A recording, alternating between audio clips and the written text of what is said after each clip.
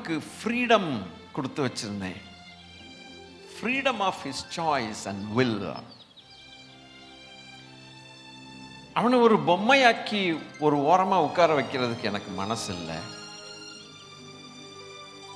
அல்லது அவனை ஒரு மெஷின் மாதிரி அவனை வைக்கிறதுக்கு எனக்கு மனசு இல்லை. ஐ லவ்ட் ஹிம். நான் அவனை நேசித்தேன். பூமி என்ன செய்யக்கூடாது? ஆடக்கூடாது. ஆடிட்டே இருந்தா என்ன ஆகும்? நம்மளும் ஆடுவோம்.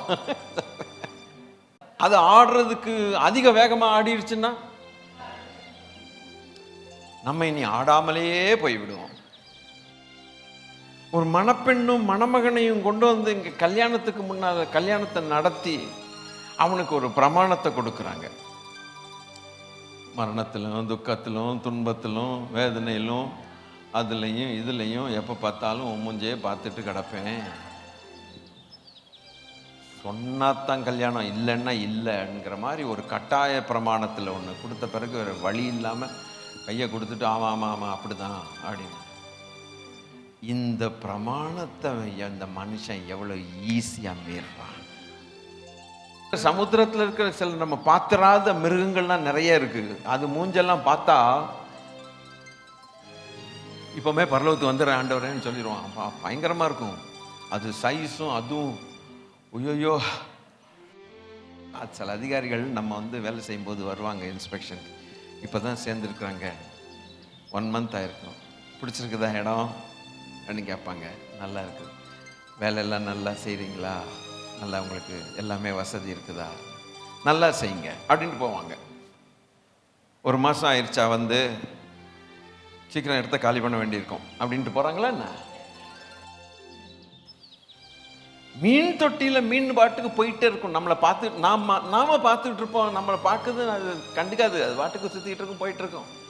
ஆனால் என்னைக்கு அந்த உருண்டையா சாப்பாடு கொஞ்சம் அப்படி நம்ம கொண்டு போகிறோமோ, கீழே இருக்கிற மீனெல்லாம் ஒரு இடத்துல அப்போ அதுக்கு தெரியுது, ஒரு இன்ஸ்டிங்க்ட்ல தான் அது செய்யுது. கர்த்தர் நல்லவர். சரீரங்களை ஜீவ பலியாய் ஒப்பு கொடுக்காமல் தேவனுக்கு பிரியமுள்ளவர்களாய் இல்லாமல் நம்ம ஆராதிச்சோம்னா புத்தி கட்டவன் தான் நம்மளை திட்ட வேண்டியிருக்கும் தேவன். கண்ட பாலியல் இச்சைகளுக்கும் அசுத்தங்களுக்கும் மோகங்களுக்கும் விபசாரங்களுக்கும் மற்ற காரியங்களுக்கும் நம்ம இடம் கொடுத்து தேவனை ஆராதிக்கிறேன் என்று சொல்லுவோமானால் தேவன் நம்ம கொடுக்கிற பெயர் புத்தி இல்லாத கோவேறு கழுதை. எல்லாருக்கும் ஒரு அதிகாரி இருப்பாங்க. அந்தந்த லெவலுக்கு ஏத்த அதிகாரிகள் இருப்பாங்க. அந்தந்த நம்ம என்ன நிலைமையில் இருக்கோமோ அதுக்கு இம்மீடியட்டா மேல ஒருத்தன் உட்கார்ந்துருப்பான். அதை அவாய்ட் பண்ண முடியாது.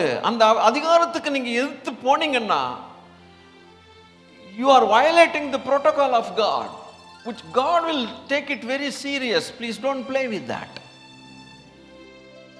ஒரு வேடிக்கையாக ஒரு காரியத்தை ஒரு சின்ன பிள்ளை ஒரு நாள் சொல்லிக்கிட்டு இருக்கிறத ஒரு வாட்ஸ்அப்பில் பார்த்தேன். ஜோக்கு தான் இருந்துச்சு. அது கொஞ்சம் சில பேருக்கு அனுப்பி வச்சேன். ஃபாதராக இருக்கிறவர் பிள்ளைக்கு கல்யாணம் நடந்தா ஃபாதர் இன்லா, சன் அவருக்கு கல்யாணம் நடந்துச்சுன்னா son in law, mother in law, sister in law, brother in law, wife she is the law அப்படின்ட்டாங்க. அவதான் சட்டமே, அப்புறம் என்ன இன்லா?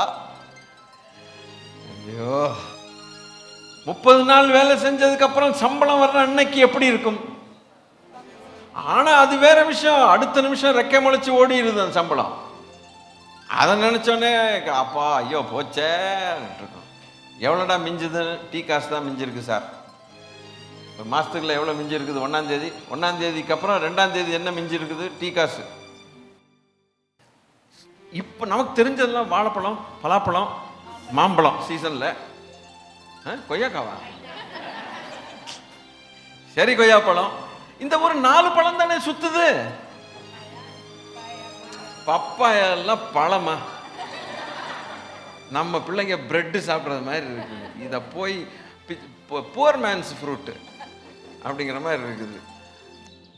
ரிவால்விங் சேரில் சுற்றிட்டு ஏசி ரூமில் உட்காந்துட்டு இங்கே ஒரு 3 ஃபோன் அங்கே ஒரு 3 ஃபோன் டக்குன்னு பெல் அடித்து அவ்வளோ அதிகாரத்தில் இருக்கணும். நாளைக்கு கடைசியில் ஸ்டூலில் உட்கார வச்சிருவானுங்க.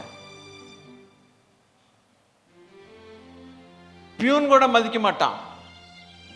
என்ன பாஸ் டீ வேணுமா, டீ சாப்பிட்டியா அப்படிமா.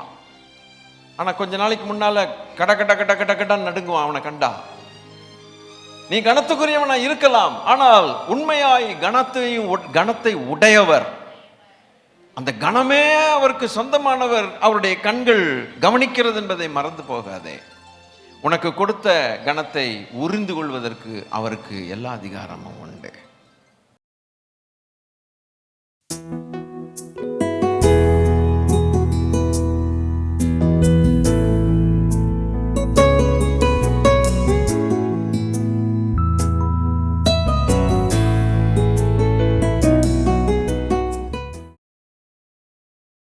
ரொம்ப சந்தோஷம். ஹல்லேலூயா. I welcome you back to the house of God in the name of Jesus Christ. Welcome back and let's rejoice. ஹல்லேலூயா. ஆகவே சேர்ந்து நம்ம வசனங்களை தியானிப்போமா? ஆமென். ரெடியாக இருக்கிறீங்களா? உற்சாகமாக இருக்கீங்களா? வசன தியானம்னு வந்தாலே நமக்கு அவ்வளவு சந்தோஷம். ஆமென். சரி, அந்த ஒரு வசனத்தை வாசிக்கலாமா? எந்த வசனம்? ஆண்டவர் வர்ற வரைக்கும் இதை சொல்லிகிட்டே இருப்போம்.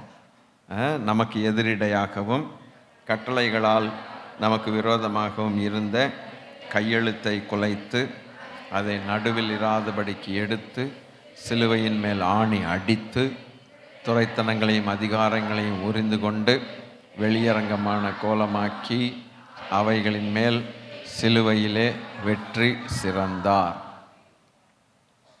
இந்த சிலுவையின் மேல் வெற்றி சிறந்தார் அப்படிங்கிற அந்த வார்த்தையை பயன்படுத்தி உங்களில் யாருக்காவது ஞாபகம் இருக்குமா? போன வாரம் அதனுடைய அர்த்தம் என்ன என்பதை பார்த்தோம். அந்த வசன விளக்கத்திலேயே பல காரியங்களை கர்த்தர் ஊட பேசி விட்டுருவார். நமக்கு தெரியாத அநேக காரியங்கள் வந்து கொண்டே இருக்கும். அப்போது அவைகளின் மேல் சிலுவையிலே வெற்றி சிறந்தார் என்பதற்கு அர்த்தம், வெற்றி சிறந்தார்னாக்க he won the battle. He won. He is the winner. God is the winner. அப்போ மரணத்தை ஜெயித்தார், உயிர்த்தெழுந்தார். உயிர்த்தெழுந்ததினாலே மரணத்தை ஜெயித்தார். அப்போ தேவகுமாரன் மனுஷகுமாரனாய் வந்தார், வர வேண்டியது அவசியம். அவர் வந்து மரணத்தை பரிகரித்து அவர் மரணத்தை ஜெயமாக விழுங்கி உயிர்த்தெழுந்து மரணத்தை ஜெயித்தது நிமித்தம், உயிர்த்தெழுந்தது நிமித்தம் மறுபடியும் தேவகுமாரன் தான் என்று உறுதிப்படுத்தப்பட்டது. தேவகுமாரன் மனுஷகுமாரனாகி அவர் உயிர்த்தெழுந்ததுக்கப்புறம் உயிர்த்தெழுந்த அந்த மனுஷகுமாரன் தேவகுமாரன் தான். அதுக்கு ஒரு வசன விளக்கம் நமக்கு அவசியம். ரோமர் 1:5. ரோமர் 1:5 என்ன சொல்லுது? மாம்சத்தின்படி தாவீதின் சந்ததியில் பிறந்தவரும் பரிசுத்தமுள்ள ஆவியின்படி தேவனுடைய சுதன் என்று மரித்தோரிலிருந்து உயிர்த்தெழுந்ததினாலே பலமாய் ரூபிக்கப்பட்ட தேவகுமாரனாய் ரொம்ப ஸ்ட்ராங்கா பலமாய் ப்ரூவ் ஆனுச்சு, ரூபிக்கப்பட்ட தேவகுமாரன். அப்போ மாம்சத்தில் படி பிறந்து தாவீதின் வம்சத்தில் பிறந்ததான மனுஷகுமாரன் பலமாய் உயிர்த்தெழுந்ததினாலே பலமாய் தேவனுடைய சுதன் தேவகுமாரன் தான் என்று ரூபிக்கப்பட்டது. இதுதான் இந்த ஒரு காரியத்துக்கான ஸ்ட்ரெயிட்டாய் பேசக்கூடிய ஒரு வசனம். Glory to God. ஆமென். சரி, இப்போ போன வாரத்தில் நம்ம அந்த காரியத்தை பார்த்தோம். இப்போது இதுக்கு எப்போவுமே சில கேள்விகள் ஆண்டவர்கிட்ட கேட்டுக்கிட்டே இருக்கணும். கேட்டுக்கிட்டே இருந்து அவர்கிட்ட பேசிக்கிட்டே சம்பாஷணை பேசிக்கிட்டே இருந்ததுன்னா நம்ம என்ன கேட்குறோமோ அதுக்கேற்றபடி சொல்லிக் கொடுப்பார் ஆண்டவர். ஹல்லேலூயா. இப்போ நான் ரொம்ப கேள்வி கேட்குறதுக்கு எனக்கு ரொம்ப ஆசை, பழக்கம். கேள்வின்னா என்ன, நிறைய தெரியணும். ஆண்டவரே எனக்கு ஆழங்கள் தெரியணும். அப்படியா கேட்குற? அப்போ நான் கேட்ட கேள்வி என்னன்னா, எல்லாரும் சொல்கிறோம் நாம் மரித்தோன்னு சொல்கிறோம். அதாவது 2வது அதிகாரம் 1 வசனம், அது என்ன 2:1? எபேசியர் 2வது அதிகாரம் 1 வசனத்துல என்ன போட்டிருக்குதுன்னு பார்க்கலாமா? கரெக்ட். அக்கிரமங்களினாலும் பாவங்களினாலும் உங்களை. சரி, இப்போ மரணம் அடைஞ்சிட்டீங்க, மரித்தோம் அப்படின்னு கேட்டால் நீங்கள் நம்மளை எல்லாரையும் ரெடிமேடாக ஒரு ஆன்சர் இருக்கு. கேள்வி கேட்கறதுக்கு முன்னாலேயே ஒரு பதில் சொல்லக்கூடிய அளவுக்கு நம்ம ரொம்ப ட்ரெயின்டு. என்னடான்னு கேட்டால், பாவத்தில் அக்கிரமத்தில் நம்ம செஞ்சோம், அதனால் மறிச்சிட்டோம் சொல்கிறதுக்கு இருக்குது. நானும் அதை தான் சொன்னேன், நீங்களும் அதை தான் சொல்லிட்டு இருக்கீங்க. ரைட், விடுங்க. அப்போ ஆண்டவர்கிட்ட நான் போய் நேற்று சும்மா இருக்க மாட்டேன், இப்போ டே ஃபுல்லாக உட்காரணும். கேட்டேன், ஆண்டவரே, இந்த பாவத்தினால மறித்தோன்ட்டு லேசாக ஒரு வார்த்தையில் சொல்லிட்டு போயிடுறோமே, எங்களுக்கு இன்னும் எனக்கு விளக்கம் வேணும். அப்போ எங்களுக்கு சொல்லி கொடுங்க, தெரியணும். அப்படின்னா இருவாரேன்னு வேற இடத்துக்கு கூப்பிட்டு போயிட்டாருன்னு. அப்படியா கேட்குறேன்னு. அளவில்லாத அனந்த ஞானமுள்ள தெய்வம். ஆமென். ஐயோ, அவருடைய ஞானம் அளவிடப்பட முடியாத வைகள், ஆராய்ந்து முடியாத. அவ கேட்ட கேள்வின்னா, இந்த பாவம் முதல்ல ஏன் மனுஷனுக்குள்ள வந்துச்சு? நம்மெல்லாம் சொல்றோம் பாவம் செய்ததுனால மரணம் வந்துச்சுன்னு ஒரு வார்த்தையில் சொல்லிட்டு போயிடுறோம். அப்போ அந்த முதலாவது நம்ம பாவம் செய்கிறதுக்கு அந்த பாவம் நமக்குள்ள வந்திருக்கணும்ல.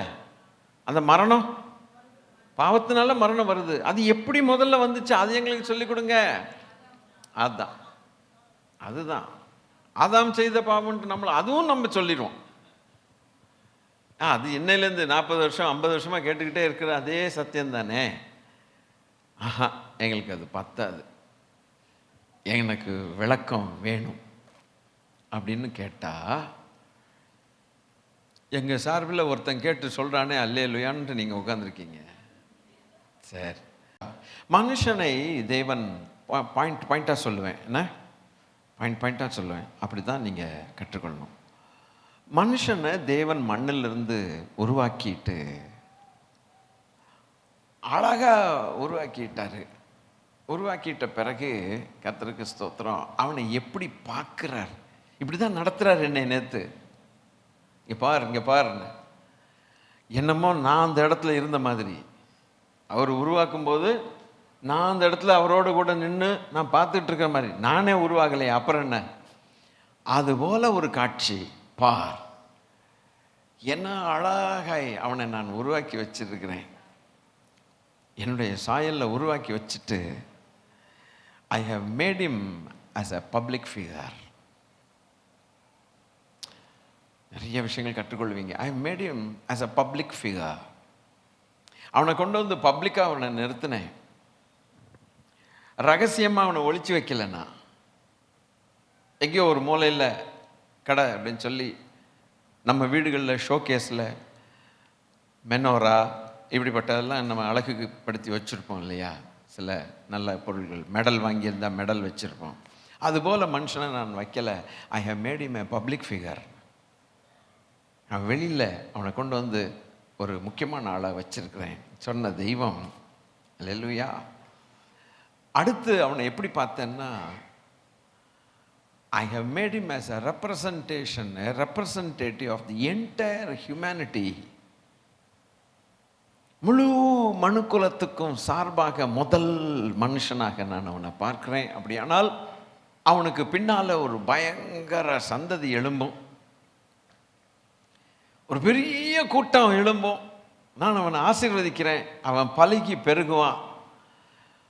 பூமி முழுவதும் நிரம்பத்தக்கதாக ஜனக்கூட்டம், அந்த ஜனக்கூட்டம் எல்லாத்துக்கும் அவன் ஃபாதர் இஸ் அ தலைவனாக அவனை பார்க்குறேன்ட்டு ஆண்டவர் அப்படி பார்த்தாராம்.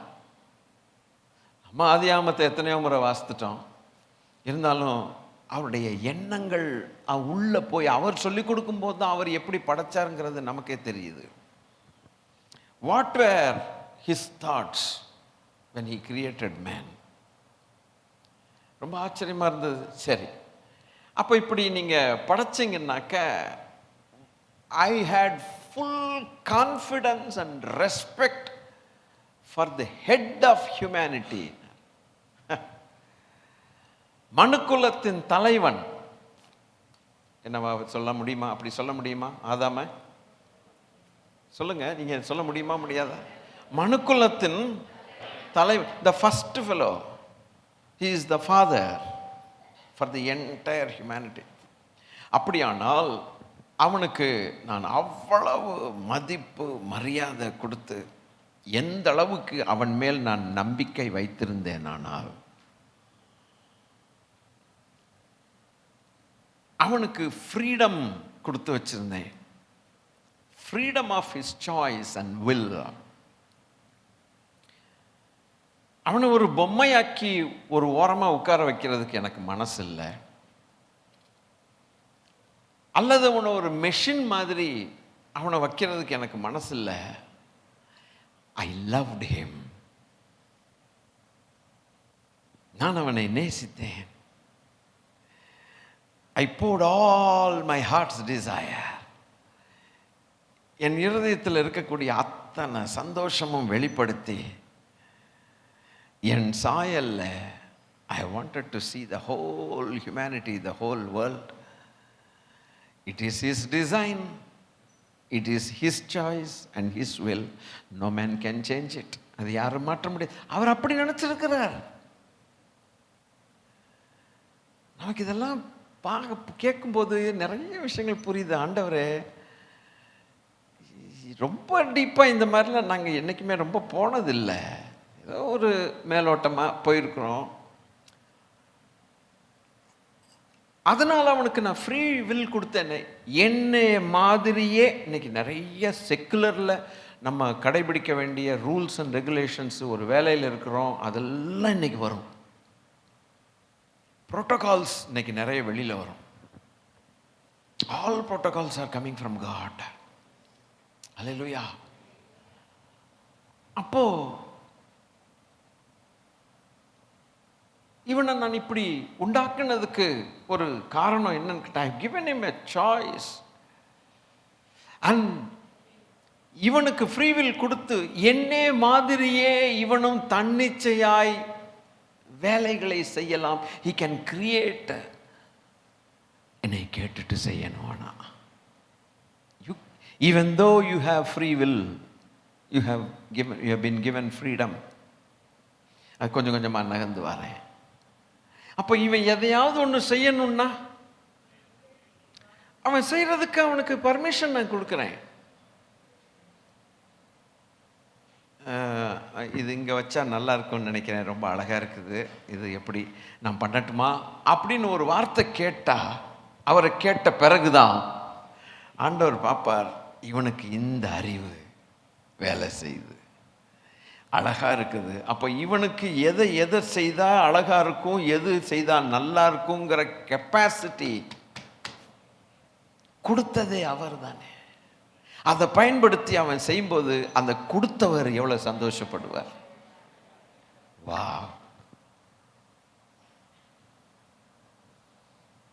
நம்ம இருக்கிறோம், நமக்கு கீழே வேலை செய்கிறவங்க இருக்கிறாங்க, அவங்களுக்கு ஃப்ரீ சாய்ஸ் கொடுத்துருக்குறோம். அவங்க டிசைட் பண்ணலாம், அவங்க வேலை செய்யலாம், எதுவும் செய்யலாம். ஆனால் செய்யும்போது நமக்கு சொல்லிட்டு அவங்க ஒரு அழகான காரியத்தை அவங்க செய்தாங்கன்னா நமக்கு எப்படி இருக்கும்? Good good, you did well, go ahead அப்படிமோ ஒரே ஒரு வார்த்தை. அப்போது அவங்கள்ட்ட ரொம்ப எக்ஸ்பிரஸ் பண்ணி காட்ட மாட்டோம். ஆனால் நம்ம உள்ளத்தில் ஒரு பெரிய சந்தோஷம் இருக்கும்.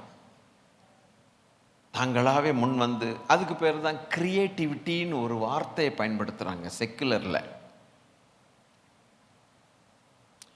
ஒரு டெஸ்ட் ஒன்று கண்டக்ட் பண்ணுவேன், நாங்களாம் பண்ணியிருக்கேன் நிறைய. பண்ணும்போது அதில் சில மார்க்குகள் போடுவாங்க. 50 மார்க்குனாக்கா 10 10 10 10 5 பேராமீட்டர் வச்சுருப்பாங்க. இஸ் எலக்வன்ஸ், இதை பேசுகிற திறமை, அதுக்கப்புறம் மற்ற அந்த மாதிரிலாம் வச்சுட்டு அடுத்த ஒரு பாயிண்ட் ஒன்று வச்சுருப்போம், கிரியேட்டிவிட்டின்னு, கிரியேட்டிவ் திங்கிங். சிலர் 2 டைப் இருப்பாங்க. நான் சொல்கிறேன், நம்ம எப்படியோ அவங்களுக்கு தெரியும். ஒரு டைப் என்னன்னா, சொன்னதை அப்படியே செய்வான். அடுத்து மறுபடியும் நம்ம சொன்னாதான் அவன் செய்வான். எப்படி? கொஞ்சம் வேடிக்கையாக இருக்க, இன்னைக்கு கொஞ்சம் ஜாலியாக தான் போகும். அல்லேலூயா. மறுபடியும் அவனுக்கு என்ன செய்யணும்? நம்ம என்ன எதிர்பார்ப்போம்னா, நம்ம சில காரியங்கள் சொல்லாமலேயே அதுக்கு அவன் செய்து அவன் பண்ணி நமக்கு நல்லதை கொடுப்பான்னா அது எப்போ அவனுக்கு வராது. அப்படியே இருப்பான். ஆனால் சொன்னதை கரெக்டாக இந்த அதிகாரிகள் பார்ப்பாங்க, இது என்னடா நம்ம சொன்னதான் இவன் வேலை செய்கிறான்ட்டு. ஒரு சிலர் எப்படி இருப்பாங்கன்னா, கர்த்தருக்கு ஸ்தோத்திரம், ஒரு கிரியேட்டிவாக செஞ்சு நெக்ஸ்ட் லெவலுக்கு அவங்க செஞ்சு காட்டி இப்படி செய்யலாமா, இப்படி செஞ்சுருக்கிறேன்ட்டு அவங்க they are the solution providers. அது அந்த அதிகாரிகள் பார்ப்பாங்க, ஆஹா அப்ப இவன் நம்ம சொன்னதான் அல்ல, அவனுக்கே அந்த நெக்ஸ்ட் கிரியேட்டிவா பண்ணி அதை, அப்போ இவங்க தான் இம்ப்ரூவ்மெண்ட்டுக்கு வேலை செய்கிறவங்க. அதனால கிரியேட்டிவிட்டின்னு அவங்களுக்குள்ள இருக்குன்னு மார்க் போட்டுரும். வேற அந்த கிரியேட்டிவிட்டி இல்லை. அவங்களும் 2 பேரும் நல்ல வேலை செய்கிறவங்க தான். ஆனால் ஒருத்தன்ட்ட அந்த கிரியேட் பண்ணி ஒரு சிருஷ்டிப்பின் தன்மைகள், ஒரு புது காரியங்கள் செஞ்சு அப்படி கொண்டு போகணுங்கிற தன்மை அவனுக்கு இல்லை. ஆனால் அடுத்தவனுக்கு அழகாக கொண்டு போகிறான். அப்போது எஜமான்களுக்கு வேலை குறைவாக இருக்கும். எஜமான் சொன்னால் தான் செய்யணும்னா முழு பொறுப்பு யார் மேலே வருது? அப்போ அவன் என்ன சொல்லுவான்னா, நீங்கள் தான் சொன்னீங்க நான் செஞ்சேம்மா, அத்தோடு முடிச்சுக்குவான். அப்போ என்ன நடந்தாலும் ஏது நடந்தாலும் யார் தப்பு? இப்போ நீங்கள் சொன்னீங்களா நான் செஞ்சேன், ஏன்டா நான் சொன்னது உண்மைடா, அந்த சூழ்நிலைக்கு ஏற்ற மாதிரி நீ இப்படி செய்யக்கூடாதோ, அதெல்லாம் தெரியாது சார், நீங்கள் தான் சார் சொன்னீங்க நான் செஞ்சேன் சார்மா. நல்லா மாட்டி விட்டுருவான் எஜமானு. இது ஒரு குரூப்பு. அடுத்த குரூப் எப்படின்னா, ப்ராப்ளம், அதாவது சிக்கல் ஏதாவது இருக்குதுன்னா நல்லா எடுத்து சொல்லுவாங்களே ஒழிய, எப்போ பார்த்தாலும் ப்ராப்ளம் எஜமானுக்கு சொல்லிக்கிட்டே இருப்பான். இது இல்லை, இங்கே நடக்கலை, அது இல்லை, இது இல்லை, இதெல்லாம் சொல்லிக்கிட்டே இருப்பான். கடைசியில் அந்த எஜமான் என்ன எதிர்பார்ப்பான் அவன்ட்டு, வந்து இது இல்லை அது இல்லைன்னு சொல்கிறியே, இப்படி செய்யலாம், இப்படி செய்யலாம், இப்படி செஞ்சால் அது வராது, இப்படி அந்த மாதிரி ஏதாவது சொல்கிறியா? இது சபையா இல்லை ஏதோ இன்டர்வியூக்கு எதுவும் ரெடி பண்ணுறேன்னா அவங்கள, அது சொல்ல மாட்டான். குற்றமே இப்போ என்ன செய்ய, தப்பு நடக்குது தப்பு நடக்குது தப்பு நடக்குதுன்னே சொல்லிகிட்டே இருப்பாங்க. ஆனால் அதுக்கு ஒரு வழி, இப்படி செஞ்சா ஒரு பல வழிகளை அந்த வழிகளையும் சொன்னால்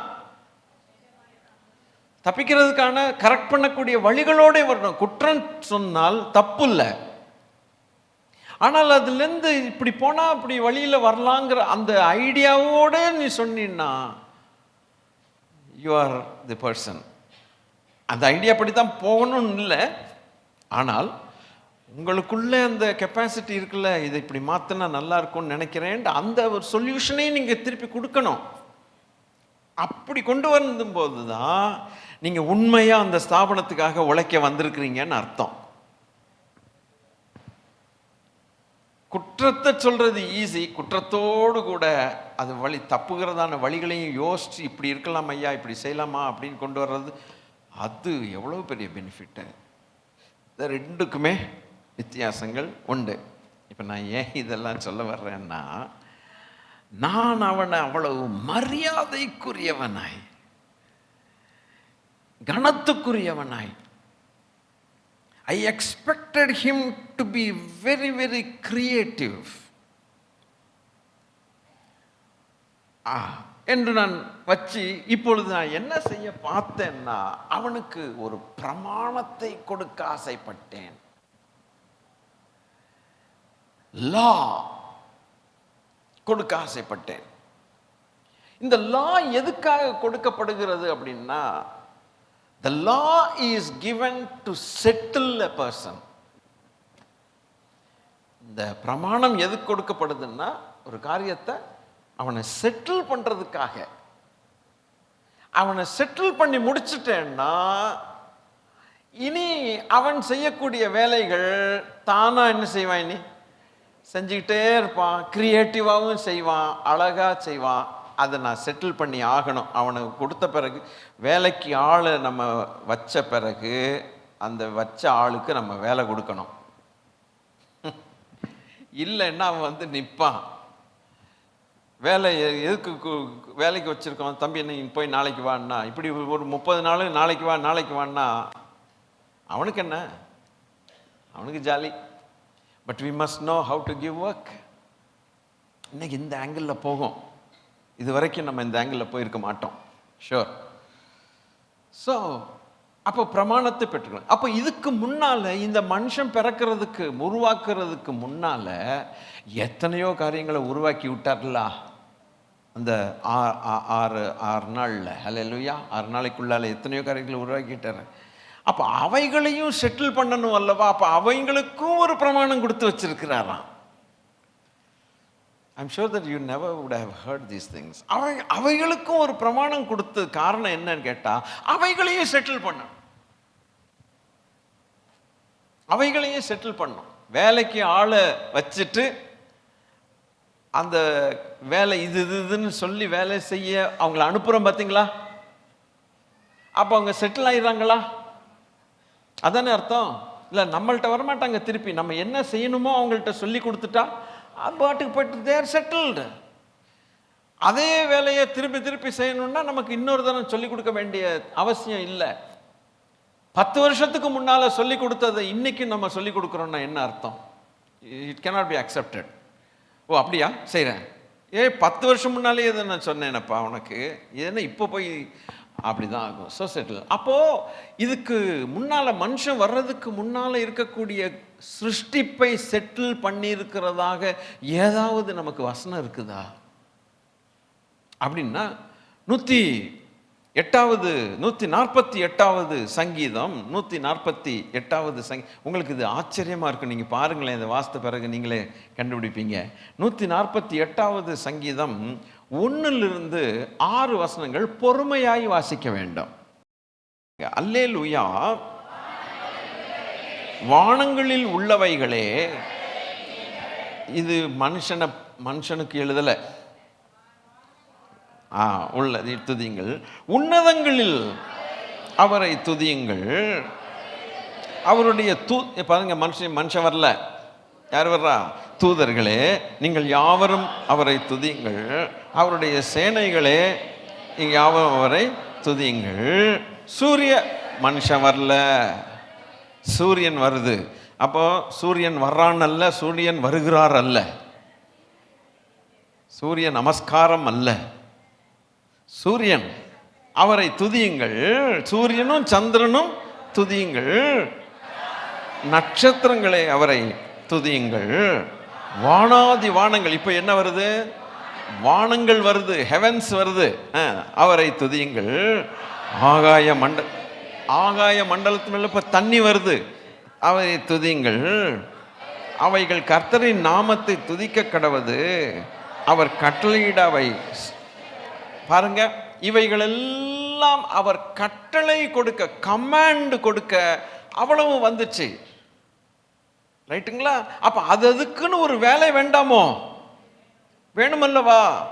அதைத்தானே செட்டில் பண்ண. லான்னு அதுதானே. அல்லேலூயா. அதுக்கப்புறம் துதியுங்கள். அவர் அவைகளை என்றென்றைக்கும் உள்ள சதா காலங்களிலும் நிலைக்கும்படி செய்தார். மாறாத பிரமாணத்தை அவைகளுக்கு நியமித்தார். என்ன சொல்லி இருக்கிறது? மாறாத, நிலைக்கும்படிக்கு செய்தார். நிலைக்கும்படினா இட் இஸ் எஸ்டாப்ளிஷ்ட். செட்டில் பண்ணியாச்சு. அதை அந்த செட்டில் பண்றதுக்கு ஒரு லா ஒன்று கொடுத்திருக்கிறார். He set them in place forever and ever. அப்படிதான் இங்கிலீஷ்ல வருதா? Forever and ever. His decree will never be revoked. வேற ஏதாவது டிரான்ஸ்லேஷன், some other translation அப்படி போட்டிருக்கோம். அதை ரிவோக்னாக்க திரும்ப பெற்றுக்கொள்ள மாட்டார். What a God we serve.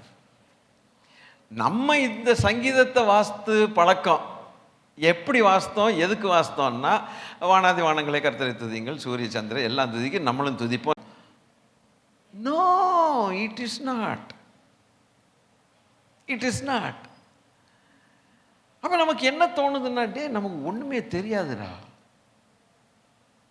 ஒண்ணுமே தெரியலையே, மனுஷனை தவிர்த்து, நீங்களே சொல்லிக்கலாம் இதெல்லாம், மனுஷனை தவிர்த்து அவர் உண்டாக்கின சிருஷ்டித்த அத்தனைக்கும் பிரமாணத்தை கொடுத்து ஃபார் எவர் அண்ட் எவர் அவங்களை எஸ்டாப்ளிஷ் பண்ணி அதுகளை இந்த காரியத்துக்காக நீங்கள் செய்யுங்கள் என்று சொல்லிட்டு பிரமாணத்தை கொடுத்து செட்டில் பண்ணி விட்டார். அதனால தான் தீர்க்க தரிசனமாக இந்த சங்கீதக்காரர்கள் தேவன் செய்ததான கிரியையை சொல்லி, உங்களுக்கு இன்னென்ன மாதிரி செட்டில் பண்ணி கொடுத்தாரே, உங்களுக்கு வேலையை கொடுத்தாரே, உங்களை எஸ்டாப்ளிஷ் பண்ணி கொடுத்தாரே, எனவே அவரை துதியுங்கள், இதை செய்து அவரை துதியுங்கள். உங்களுக்கு பிரமாணத்தை கொடுத்து சூரியன், சந்திரன், ஆகாய விரிவு, வானாதி வானங்கள், தண்ணீர், அது இது எல்லாத்தையும் கொடுத்து உங்களை செட்டில் பண்ணி விட்டுட்டார்ல, உங்களுக்குன்னு ஒரு வேலை கொடுத்தார்ல, உங்களுக்குன்னு சில காரியங்கள் சொன்னார்ல, இதை செய்த தேவனை துதியுங்கள். அதுகளுக்கு சரி, நமக்கு இன்னும் கொஞ்சம் பேரலா ஏதாவது வசனம் இருக்குதான்னு பார்ப்போம். 104வது சங்கீதம், 104வது சங்கீதம் 104 5லிருந்து 9வது வசனம் வரைக்கும் பார்ப்போமா? பூமி போதும், கொஞ்சம் நிறுத்தி பார்ப்போம். பூமி ஒருபோதும் நிலை பெயராதபடி அதன் ஆதாரங்கள் மேல் அதை ஸ்தாபித்தார். செட்டில் பண்ற விதத்தை பாருங்க. நீங்க கொஞ்சம் ஆண்டவரை கொஞ்சம் வித்தியாசமாக அவரோட பேசி தான் நீங்கள் பழகணும். ஆண்டவரே ஊட நீங்களே சொல்லிக்கணும், அப்பா இப்போ வேடிக்கையாக தான் பண்ணியிருக்கீங்க அப்படின்னு நீங்களே என்ன தெரியணும், அப்பப்போ சொல்லிக்கணும். இது ஆடக்கூடாதான் பூமி. பூமி என்ன செய்யக்கூடாது? ஆடக்கூடாது. ஆடிக்கிட்டே இருந்தால் என்ன ஆகும்? நம்மளும் ஆடுவோம். அது பாட்டு ஆடிக்கிட்டே போகுதுன்னா கொஞ்ச நேரம், சில நேரங்களில் ஒரு 5 நிமிஷம் 10 நிமிஷம் ஆடும். முடிஞ்சதுன்னா நம்ம கதை. அது ஆடுறதுக்கு அதிக வேகமா ஆடிடுச்சுன்னா நம்ம இனி ஆடாமலேயே போய்விடுவோம். ஐயோ, லைட்டா ஆட்டம் காட்டினாலே அவ்வளவு பயம் வருது. அதுக்கு ஒரு அஸ்திபாரம் போடணும், ஆதாரங்கள். பூமி இருக்குது, அதுக்கு தூண்கள் கீழே இருக்கும். பயங்கர மெகா படா தூண்கள், அது இதுன்னு போட்டு அந்த பிளேட் இந்த பிளேட். நம்ம அறிவாளிகள் இப்போ தான் டெக்டானிக் பிளேட்டுங்கிறான். அது இப்போ படிச்சுட்டு வந்து சொல்கிறான், கூவுறான். அந்த பிளேட்டெல்லாம் போட்டது யாரு? அப்போ இவன் எங்கே இருந்தான்? இந்த அறிவாளி சீஸ்மாலஜிஸ்ட் எங்கே இருந்தானுங்க?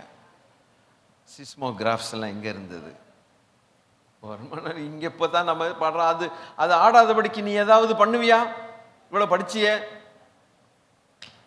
பூமியில் பிளேட்ஸ் அறிவாளிகள் கண்டுபிடிச்சது. அந்த பிளேட்டை எவன்டா வச்சாங்க இல்லை, அது தெரியாது. சரி, இப்போ இவ்வளோ படித்து வச்சிருக்கிற அந்த பிளேட் ஒன்னோட ஒரு பிளேட் ஆடிருச்சுன்னா என்ன ஆகுறது?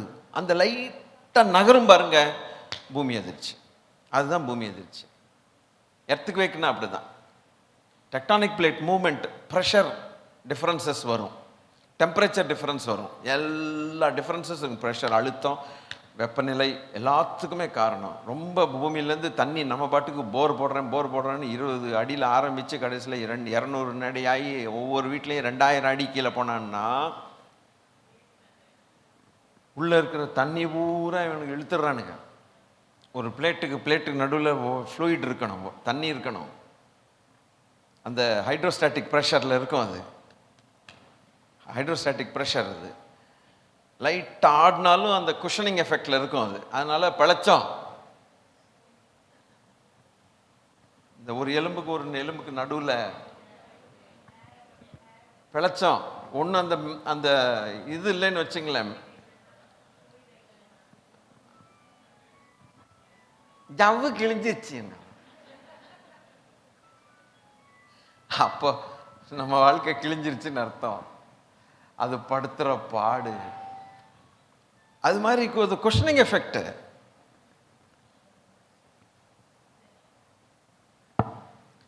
இதெல்லாம் கிளீனாக அப்படி மூவ் பண்ணுறோம்ல, அந்த பால் அண்ட் சாக்கெட் இன்னும் அழகா தேவன் லூப்ரிகேட் பண்ணி அழகாக லேயர் லேயராக வச்சிருக்கிறாரு.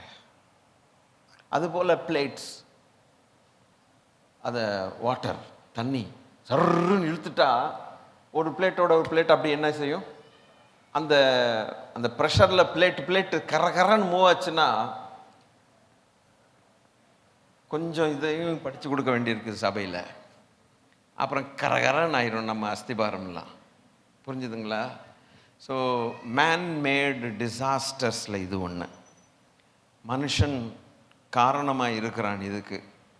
தண்ணி இல்லைன்ட்டு ஓவராக அடித்து எங்கள் வீட்டில் அதிக தண்ணி வரணுன்ட்டு இவன் அதிக ஆழமாக போர் போடுறது, அடுத்தவன் தண்ணியெல்லாம் என் வீட்டில் தான் வேணும்னு விட்டுருங்க. அப்போது அந்த ஆதாரங்கள் மேலே பூமி டான்ஸ் ஆடாதபடிக்கு, அதான் டான்ஸ் ஆடாதபடிக்கு பக்காவாக கொண்டு வந்து வச்சுட்டாராம். அப்போ அதை செட்டில் பண்ணாரா இல்லையா? அதுக்கு ஒரு பிரமாணம். என்ன பிரமாணம்னா, பிரமாணம் என்ன தெரியுமா? இனிமே ஆடாத. வேடிக்கையாக தான் இருக்கியா பைபிள் இப்படி படிக்கிறது? இவன் ஆடிட்டு இருக்காத, நீ அங்கே ஜனங்களை பயமுறுத்தாத, பேசாம இரு. அவங்க வேணா என்ன டான்ஸ் வேணா ஆடிட்டு போறான், நீ ஆடாது. ஓகே, அதுக்கு அடுத்த வசனம், அதை வஸ்திரத்தினால் மூடுவது போல ஆழத்தினால மூடினீர். இது ரொம்ப வேடிக்கையா இருக்குது. ஒரு ஆழங்கிறத ஒரு வஸ்திரம் சால்வையை போல வச்சிருக்கிறார் அந்த பூமிக்கு, அப்படி மூடுறாரு ஆழத்தை வச்சு. இவரை போல நம்முடைய தேவனை போல ஒரு இன்ஜினியர் இருக்க முடியுமா? கர்த்தருக்கு ஸ்தோத்திரம். பயங்கர இன்ஜினியரிங். அப்பா எப்படி செய்கிறது? இதில் நம்ம ஆள்களுக்கு வீடு கட்டுற இன்ஜினியர்ஸ் ஓரளவுக்கு தான் பைல் ஃபவுண்டேஷன், அந்த ஃபவுண்டேஷன், ப்ரெஷர் பல்பெலாம் செக் பண்ணி போடுறாங்க, எல்லாம் செய்கிறாங்க. அதெல்லாம் எவ்வளோ ஃபெயில் ஆகுது பாருங்கள். திடீர்னு 10 மாடி அடுக்கு டம்முன்னு கீழே விழுகுது. என் ஆண்டவருடைய இன்ஜினியரிங் பாருங்கள். இன்றைக்கி நம்ம இங்கே வந்தது காரணம் என்னென்னா, நம்ம கர்த்தரை மையப்படுத்த தான் வந்திருக்கோம். எப்போவுமே அப்படி தானே வர்றோம். ஐயோ, அப்போ ஆண்டவர் கொடுத்த இந்த இன்ஜினியரிங்கில் கட்டின இந்த பூமி அந்தரங்கத்தில் தொங்க விட்டாரியா? எப்பயாவது ஃபெயில் ஆச்சா? நம்ம படுத்து தூங்கிட்டு இருக்கும்போது பூமி பயங்கரமாக வேகத்தில் ஓடி டம்முன்னு எங்கேயோ இடித்து விழுந்து, திறந்து பார்த்து கண்ணை திறந்து பூமி இடிஞ்சு எங்கேயோ போயிடுச்சா தான், இடத்த விட்டு மாறி எங்கேயோ ஓடிடுச்சு. எங்கேயுமே நடக்கிறதே இல்லை. It never fails. That's the engineering of God. Alleluia. அப்புறம் பார்க்கலாம், பர்வதங்கள் மேலே தண்ணீர்கள், பர்வதங்கள் மேலே தண்ணி என்னத்தை பண்ணாரோ தெரியல, தண்ணி பாதி அங்கே கொண்டு போய் ஓடிருச்சு. வேடிக்கையாக இருக்குது. நம்ம இதெல்லாம் என்ன சொல்லுவோம்னா, தேவனை துதியங்கள்னு லைட்டாக வாசித்துட்டு போயிட்டே இருக்கிறோம். அதுக்கு அடுத்த வசனம் வாசிக்கலாம். அவைகள் ஒரு சத்தம் போட்டார் பாருங்க. அதெல்லாம் எனக்கு போட தெரியாது மைக்கில். ஆண்டவர் போட்ட சத்தம் நான் போட முடியுமா? இங்கே வா, இங்கே வா போட்டாரே ஒரு சத்தம். கண்டிதார்த்தாரா, கண்டித்தார் பாருங்க. அது விலகி ஓடிருச்சு. குமுறல் உருன்னு குமுறுனார் போல இருக்கு. ஆண்டவர்கிட்ட தான் போய் கேட்கணும், எப்படியா குமுறுநீர்?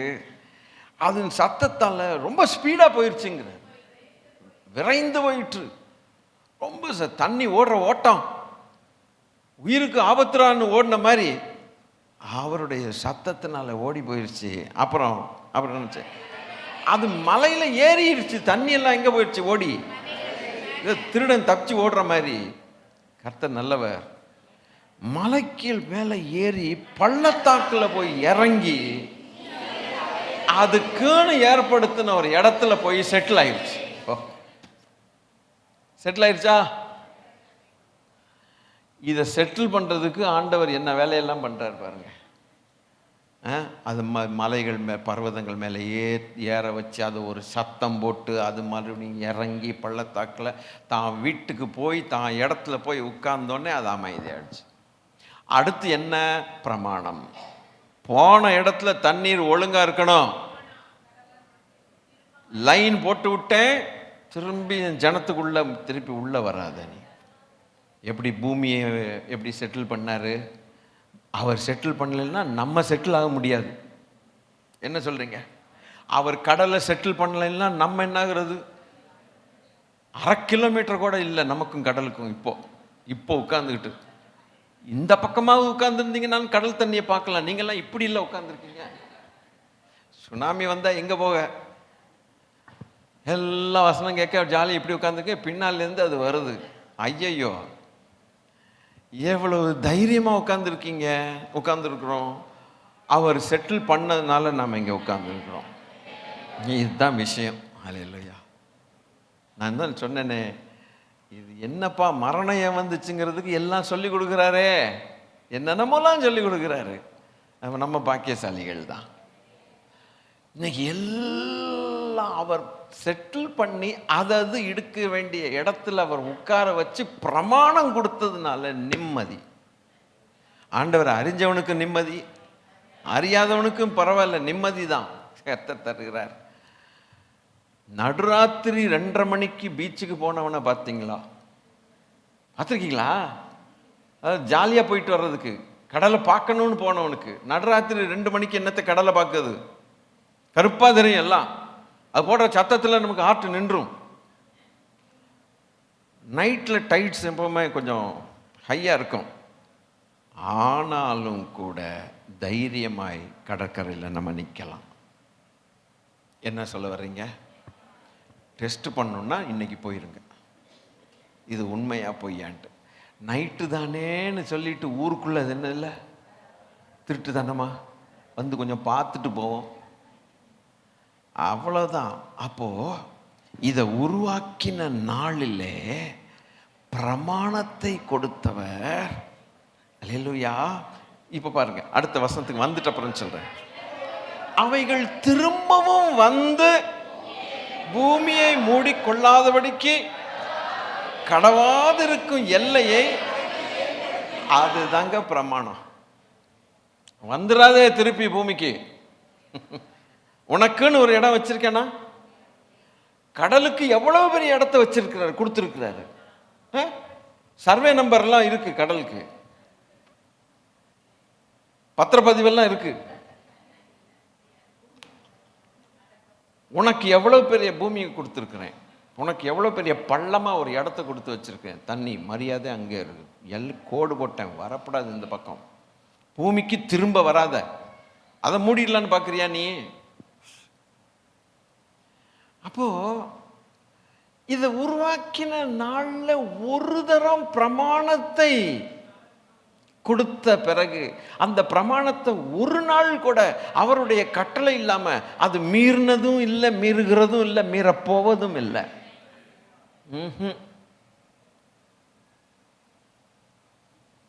ஒரு மோசமான காரியத்தை சொல்றேன்.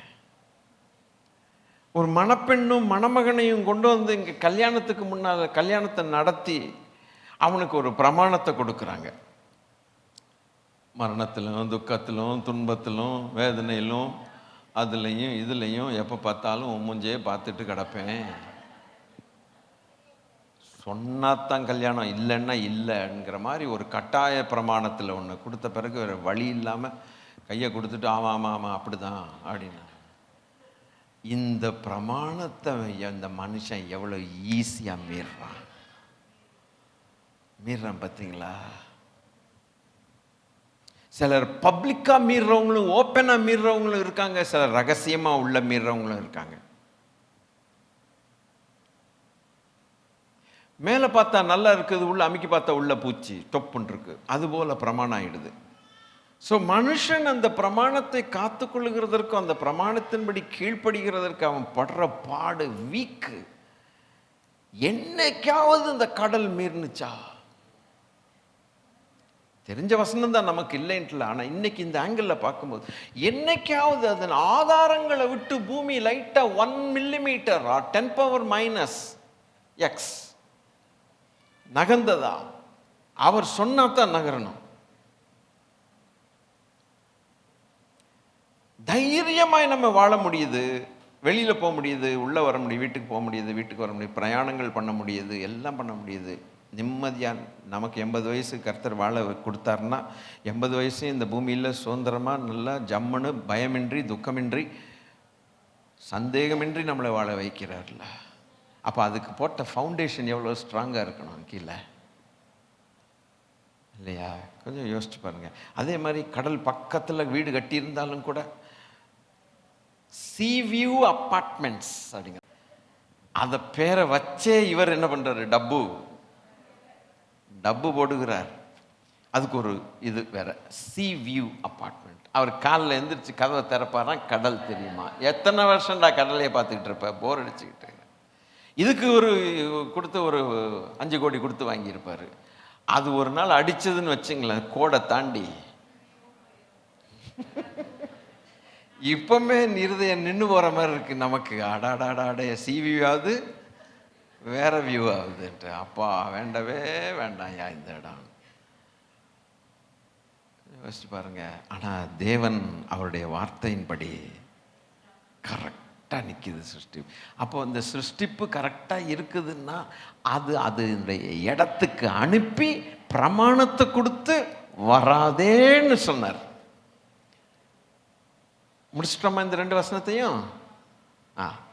இப்போ இவைகள் எல்லாவற்றுக்கும் மேலாக, இட்ஸ் வெரி இன்ட்ரெஸ்டிங்க, ரொம்ப இன்ட்ரெஸ்டிங். இந்த சிருஷ்டிப்புகள் எல்லாவற்றுக்கும் மேலாக எசாயா 66:1 கரெக்ட்.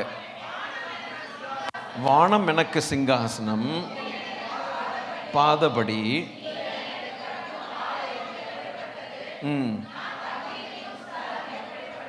அடுத்த வசனம் தான் மஜா, வாசிங்க.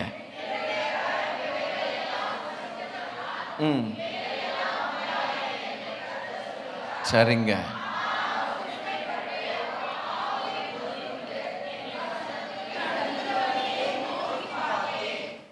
இது சூரிய சந்திரனை நோக்கி பார்க்கலையா? வேற மளிகை கடையில் வேற அப்படி கேட்பான்ல, அது மாதிரி கேட்குறேன் உங்களை. வேற வானங்கள், நட்சத்திரங்கள், தாவரங்கள் எதையும் என்ன செய்யலையா அவர் நோக்கி, அவ்வளோவா நோக்கி சந்தோஷமாக நோக்கி பார்க்கறது இல்லை. அவருக்கு பிரமாணம் கொடுத்துட்டா மரியாதை அந்த பிரமாணத்தின்படி இருந்துருக்கோ, செட்டில் ஆயாச்சு. இதுல கூட எனக்கு அவ்வளவு சந்தோஷம் இல்லைங்கிறாரு. என் கரம் உண்டாக்கி இருக்கிறது, அவ்வளவுதான். அந்த ஆனாலும்ங்கிறதுக்கு எவ்வளவு அர்த்தம் இருக்குது தெரியுமா? இருக்கீங்களா என்னோட? ஆனாலும் நான் என்ன அர்த்தம்னா, இவை எல்லாவற்றை பார்க்கலும் என் மனசெல்லாம், என் கண் பார்வையெல்லாம், என் சிந்தையெல்லாம் ஒருத்த மேலேயே இருக்குதுன்னு சொல்றேன். நம்ம அந்த நம் தேவ சாயல்ல படைக்கப்பட்ட மனுஷன் மேல, ரட்சிப்பின் மேல சிந்தை இல்லாம, அவர் சிந்தை எது மேல இல்லையோ அது மேல சிந்தை வைக்கிறோம். நம்ம நிலம், நட்டு, நகை, இது அந்த ஆடுற காரியங்கள் மேலேயே சிந்தை வச்சு வச்சு கடைசியில் நம்ம எவ்வளவு வித்தியாசமா இருக்கோம் பாருங்க. ஆண்டவருக்கும் நமக்கும் அவர் எவ்வளவு பாருங்க. அவர் கோடீஸ்வரன், அவருக்கு பேர் கொடுக்க முடியுமா? கோடீஸ்வரன் கொடுக்க முடியுமா? அவருக்கு போய் கோடீஸ்வரன் சொல்ல முடியுமா? ஐயோ ஐயோ. உள்ள இருக்கிற சமுத்திரத்தில் இருக்கிற சில நம்ம பார்த்துறாத மிருகங்கள்லாம் நிறைய இருக்கு. அது மூஞ்செல்லாம் பார்த்தா இப்போமே பரலோகத்துக்கு வந்துடுற ஆண்டவரேன்னு சொல்லிடுவான். பயங்கரமாக இருக்கும் அது சைஸும். அதுவும் ஐயோயோ, நம்ம எல்லாம் இத்தினோண்டு எறும்பு மாதிரி இருக்கும் அதுக்கு முன்னால. அந்த மாதிரி ஒரு சொத்தை வச்சிருக்கிற தெய்வத்துக்கு முன்னால 2 சென்ட் நிலம் வச்சிருக்கானா இவன். எத்தனை? அந்த 2 சென்ட்டுக்கும் இவன் போடுற அஸ்திபாரம் எந்த மூளைக்கு? அவர் ஒரு அஸ்திபாரம் போட்டதுனால இவன் ஒழுங்கா இருக்கான். இப்ப நம்ம எது மேல ஆனாலும், அப்போ கொஞ்சம் கவனிங்க, கொஞ்சம் பாயிண்ட்டுக்கு போகிறேன். இப்போ நான் என் முழு பிரியத்தையும் வச்சு என்னுடைய சாயல்ல, மை இமேஜ்ல நான் அவளை அவ்வளவு மதிப்பு மரியாதை கொடுத்து கனத்தை கொடுத்து அவனுக்கு, அதனால அவனுக்கு free வில்லையும் கொடுத்துட்டேன்ட்டார். He can do as I do. நான் செய்யறது போல எந்த சூரிய சந்திரனுக்கு சொன்னாரா நான் செய்கிற மாதிரி நீ செய்யின்னு சொன்னாரா? அந்த சூரிய சந்திரனுக்கு ஒரு ஃப்ரீவில் கொடுத்துருந்தாருன்னா, தன்னிச்சையாய் செய்யக்கூடிய ஒரு அதிகாரம் கொடுத்துருந்தாருன்னா, இந்நேரம் நம்ம என்ன ஆயிருக்கும்? One of the best services in my life is today. அது சூரியன் திடீர்னு அப்படின்னு ஆயிடுச்சுன்னா, அந்த அதிகாரத்தை கொடுத்தது நீங்க தானேன்னு கேட்கும். சந்திரன் சில நேரங்களில் படுத்துருச்சுன்னா நமக்கு அவ்வளோதான் இருட்டு. அதுகளுக்கெல்லாம் கொடுக்கல, கொடுக்காததுக்காக நன்றி சொல்லுங்க. ஒன்னனுக்கும் காற்றுக்கும் கடலுக்கும் கொடுத்துருச்சா, நமக்கு எல்லை தாண்டி போச்சுன்னா கடல் என்ன நம்ம என்னங்கிறது? எவ்வளவு பாருங்க, இதுக்கெல்லாத்துக்கும் ஃப்ரீவில் தரல. இதுல அவர் சாயல்ல சிருஷ்டிக்கப்பட்ட மனுஷனுக்கு அவர் ஃப்ரீவில் கொடுத்திருந்தார்னா, அவர் எவ்வளவு ஒரு கனத்துக்குரியவர்களாய் ஒரு மரியாதை கொடுத்து ரொம்ப டீசெண்டா அவங்கள நடத்துறாரு ஆண்டவர். ரொம்ப டீசென்ட். என்னவும் செய்யலாம், நல்லா செய், நல்லா வேலை செய்யுங்க, நல்லா இருக்குதா? அப்போ சில அதிகாரிகள் நம்ம வேலை செய்யும்போது வருவாங்க இன்ஸ்பெக்ஷனுக்கு. இப்போ தான் சேர்ந்துருக்குறாங்க, 1 month ஆயிருக்கும், பிடிச்சிருக்குதா இடம் அப்படின்னு கேட்பாங்க.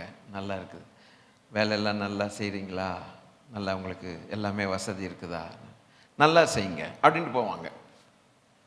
1 மாதம் ஆயிடுச்சா சீக்கிரம் இடத்த காலி பண்ண வேண்டியிருக்கும் அப்படின்ட்டு போகிறாங்களா என்ன? அப்படி சேர்ந்தால் என்ன ஆகுறது? நம்ம அடா தெரியாதனமாக வந்துட்டோம், எப்போ காலி பண்ணுவானோ தெரியலங்கிற படபடா நடிக்கும். நல்லா செய்யுங்க அப்படின்னா நமக்கு எப்படி இருக்குது? நம்ம எஜமான் நம்மளை அங்கீகரிச்சிருக்கிறார். அப்படித்தான் தேவன். நல்லா செய்யா, 2 பேரும் சேர்ந்து செய்வோம், குட். அப்போ அந்த அந்த அந்த மதிப்பு கொடுக்கப்பட்ட அந்த மனுஷனுக்கு எவ்வளவு ஆனந்தம், பரமானந்தம், சமாதானம், சந்தோஷம். ஒன்றும் வரலையே, அவ்வளவு மன நிம்மதி, திருப்தி. அப்பா, இந்த எஜமான்ட்ட நம்ம உருவாக்கப்பட்டு வேலை செய்கிறோமே,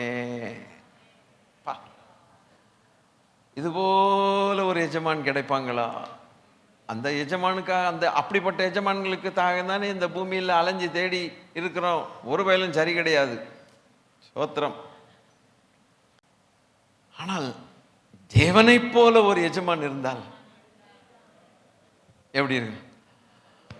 அதனால தான் ஆண்டவர் பார்த்தாரு, இந்த உலகத்தில் இருக்கிற எஜமான்கள்லாம் வேஸ்ட்டு, என் கீழே டைரக்டாக நீங்கள் வருவீங்க.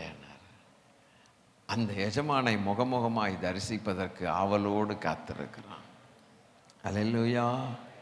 அவரை போல ஒரு எஜமான் கிடைப்பதில்லை. அல்லேலூயா. ஸோ நெக்ஸ்ட் ஸ்டெப்புக்கு போகலாம். இவனை ஏன் இப்படி ஒரு அதிகாரம் உள்ளவனாக நான் வைத்தேன் அப்படின்னா, ஆண்டவர் சொன்னது, இவைகளுக்கெல்லாம் பிரமாணம் கொடுத்து நான் செட்டில் பண்ணி பிரமாணத்தை கொடுத்து அது வேலையை செய்ய சொன்னவன், இவனுக்கும் பிரமாணம் கொடுக்க மாட்டேனோ? லா, அந்த லா கொடுத்து அவனை செட்டில் பண்ணுகிறார்னா, இவைகளெல்லாம் சர்வ சிருஷ்டிக்கும் பிரமாணத்தை கொடுத்து அதன் வேலைகளை நீ செய்யணும், நீ திரும்பி வரக்கூடாது, கடலை பார்த்து இந்த பக்கம் வந்துடாது, அதெல்லாம் சொல்லி கொடுத்த தெய்வம். அவன் எல்லாவற்றை பார்க்கலும் விசேஷித்தவனாக இருக்கக்கூடிய மனுஷனுக்கு பிரமாணத்தை கொடுக்க மாட்டாரா? கொடுப்பார். அப்ப அந்த பிரமாணத்தை கொடுப்பதன் காரணம் என்னன்னு கேட்டா,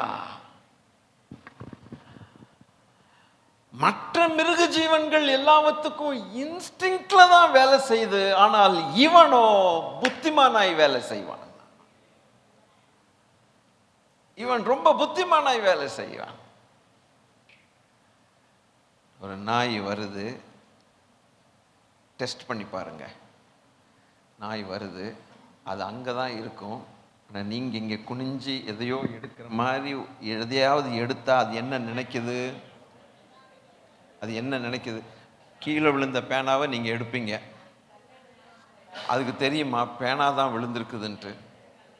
அது புத்தியே அப்படியே யூட்டர்ன் அடித்து மெதுவாக திரும்பி பார்த்துக்கிட்டே போகும். இவன் பேனா எடுத்தா எனக்கு என்ன, கல் எடுத்தா எனக்கு என்ன, ஆனால் நம்ம தொலைஞ்சோம் இன்னைக்கு, நம்ம மண்டையில் போட்டு விட்டுருவான் எதையாவது. அப்போ இன்ஸ்டிங்க்டில் தான் வேலை செய்யுது, அதுக்கு தெரியுது.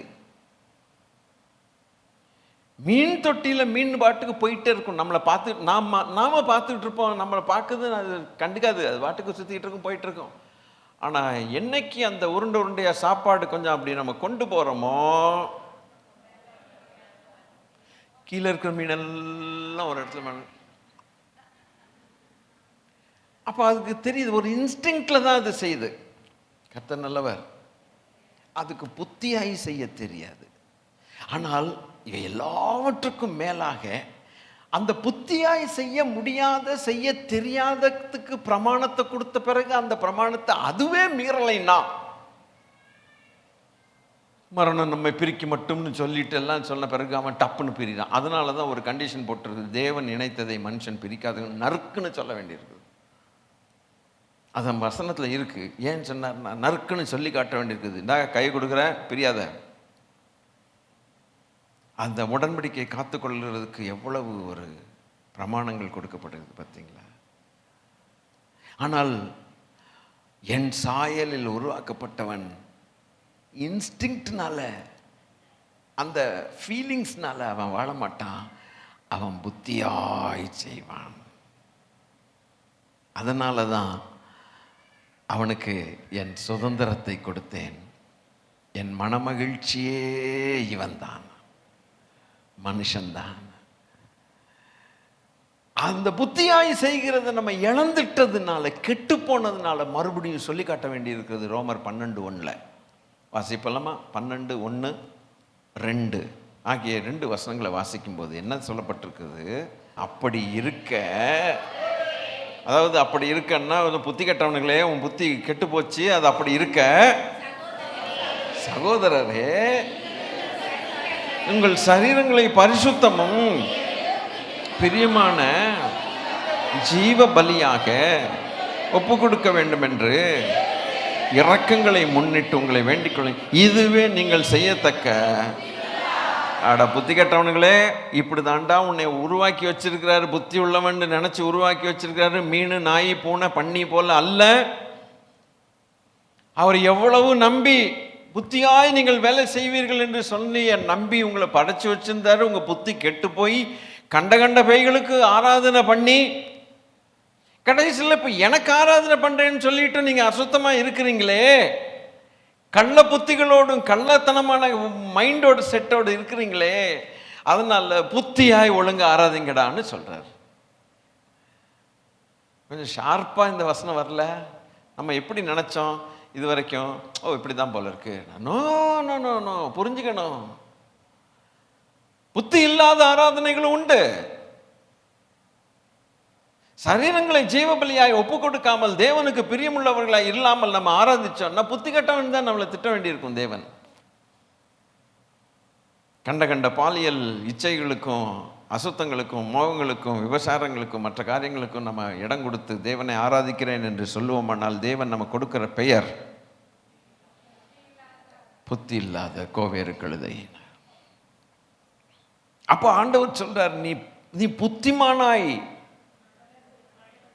யோசுவாட்ட சொல்லும் பொழுது, அப்பொழுது நீ புத்திமானாய் நடந்து கொள்வாய். இந்த நியாயப்பிரமாண புஸ்தகமானது உன் வாயை விட்டு பிரியாது இருப்பாய், இரவும் பகலும் அதை தியானித்து, அப்பொழுது நீ போகும் இடமெல்லாம் புத்திமானாய் இருப்பாய். அப்ப இதை செய்யலைன்னா புத்தி கெட்டவனாய் இருப்பாயின்னு அர்த்தம். உங்களுக்கு புரியுற? இதை நான் கொடுத்த வேத புஸ்தகத்தை இரவும் பகலும் தியானிக்காமல், அல்லேலூயா, நீ பாட்டுக்கும் சரீரத்தை இஷ்டத்துக்கு வித்து போட்டுட்டு கண்ட பேய்களுக்கும் போட்டின்னா புத்தி கெட்டவனாய் இருப்பாய். உன் செயல்களில் இதை செய், இதை சொல்றேன், இதன்படி போ, அப்பொழுது போகிற இடமெல்லாம் புத்திமான். தாவீது போன இடமெல்லாம் புத்திமானாய் இதை நடந்தானாமே. ஹல்லேலூயா. ஸோ நம்மளை எதிர்பார்த்தது எப்படி, செய்து கொண்டிருக்கிற காரியங்கள் எப்படி, ரெண்டுக்குமே பொருத்தமே இல்லை. ஆண்டவர் பார்க்கும்போது புத்தி உள்ளவனா புத்தி இல்லாது, புத்தியுள்ள ஸ்திரீ தன் வீட்டை கட்டுகிறாள், புத்தி இல்லாதவளோ அதை இடித்து போடுகிறாள். அப்போ இடிக்கிறதும் கட்டுறதும், புத்தி இல்லாததும் புத்தி உள்ளதும் அழகா தெரியுது. ஆனா ஆண்டவர் நம்மளை புத்தி கெட்டவங்கன்னு சிருஷ்டிக்கலையே, அப்படி சொல்லி நமக்கு ஒரு பிரமாணத்தை கொடுக்கலையே. முழு பிரியத்தையும் வச்சல்லவா நமக்கு பிரமாணத்தை கொடுத்தார். இவன் புத்தியாய் செய்வான் என்று நம்பி அல்லவா தேவன் அதை செய்தார், இல்லையா? அப்ப நம்ம புத்தி கெட்டதுக்கு காரணம் வேற ஒரு காரணம் இருக்குது. இப்ப இந்த பாயிண்ட் போறதுக்குள்ள இன்னொரு காரியத்தை சொல்றேன், கேளுங்க. Who can receive orders from God? Only man. ஆண்டவர்கிட்ட இந்த ஆர்டர்ஸ் யார் வாங்க முடியும்னா, ஆடு மாடு பண்ணி நாயெல்லாம் வாங்க முடியாது. இந்த புத்தி உள்ள ஒரு மனுஷன், அந்த கெப்பாசிட்டி உள்ள ஒரு மனுஷன் தான் ஆர்டர்ஸ் வாங்க முடியும்.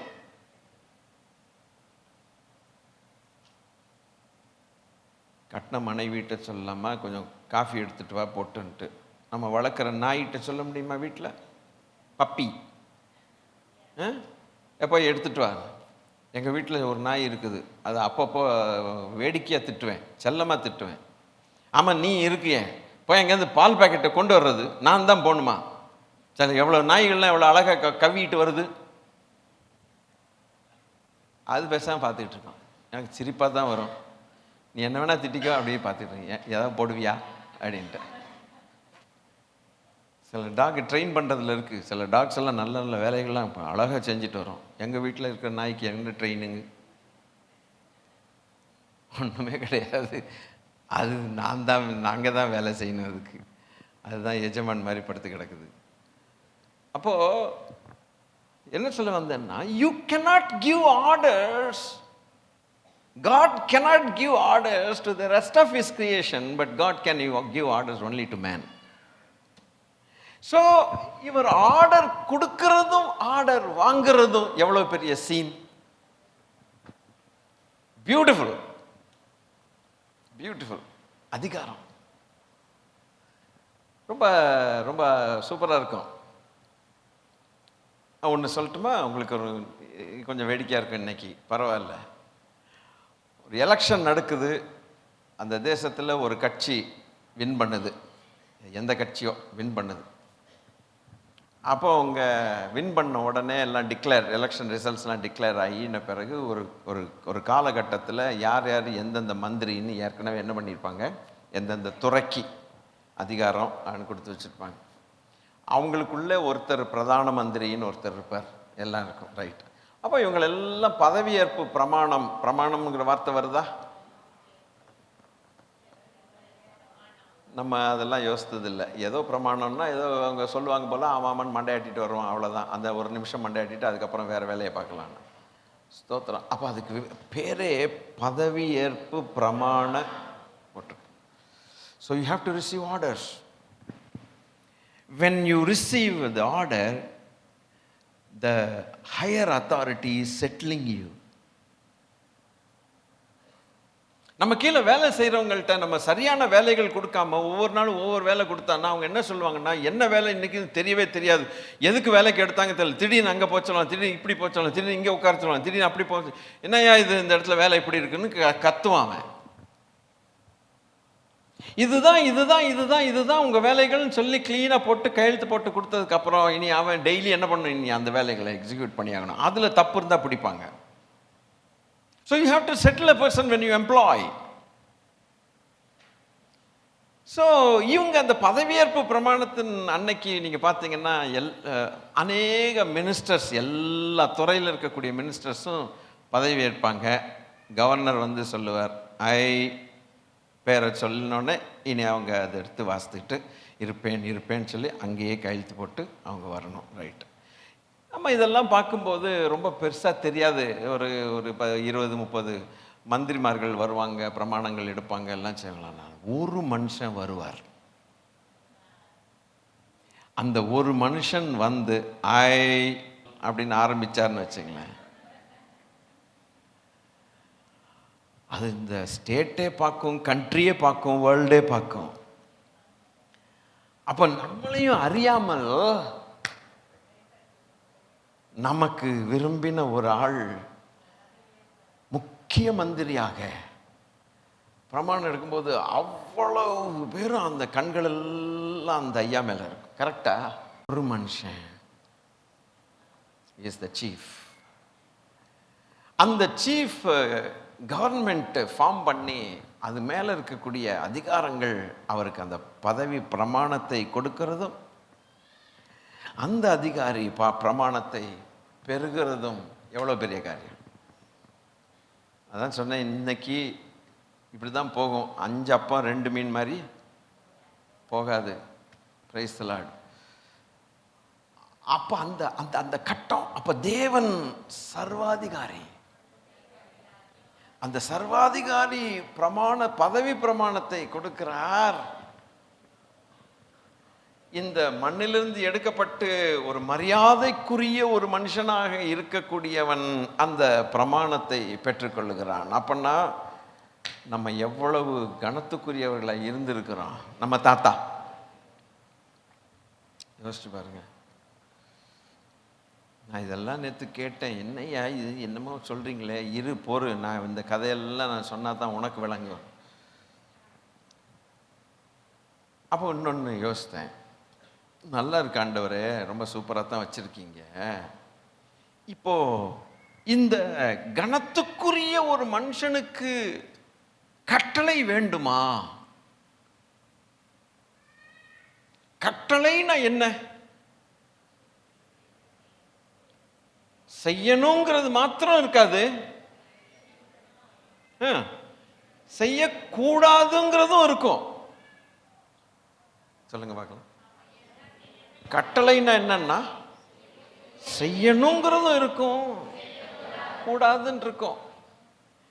அப்போ செய்யணுங்கிற சொல்லும்போது ரொம்ப சந்தோஷமா இருக்குது, பாசிட்டிவா போகுது. செய்யக்கூடாது அப்படின்னு வரும்போது அவ்வளவு மதிப்பு மரியாதை கொடுத்த மாதிரி தெரியல.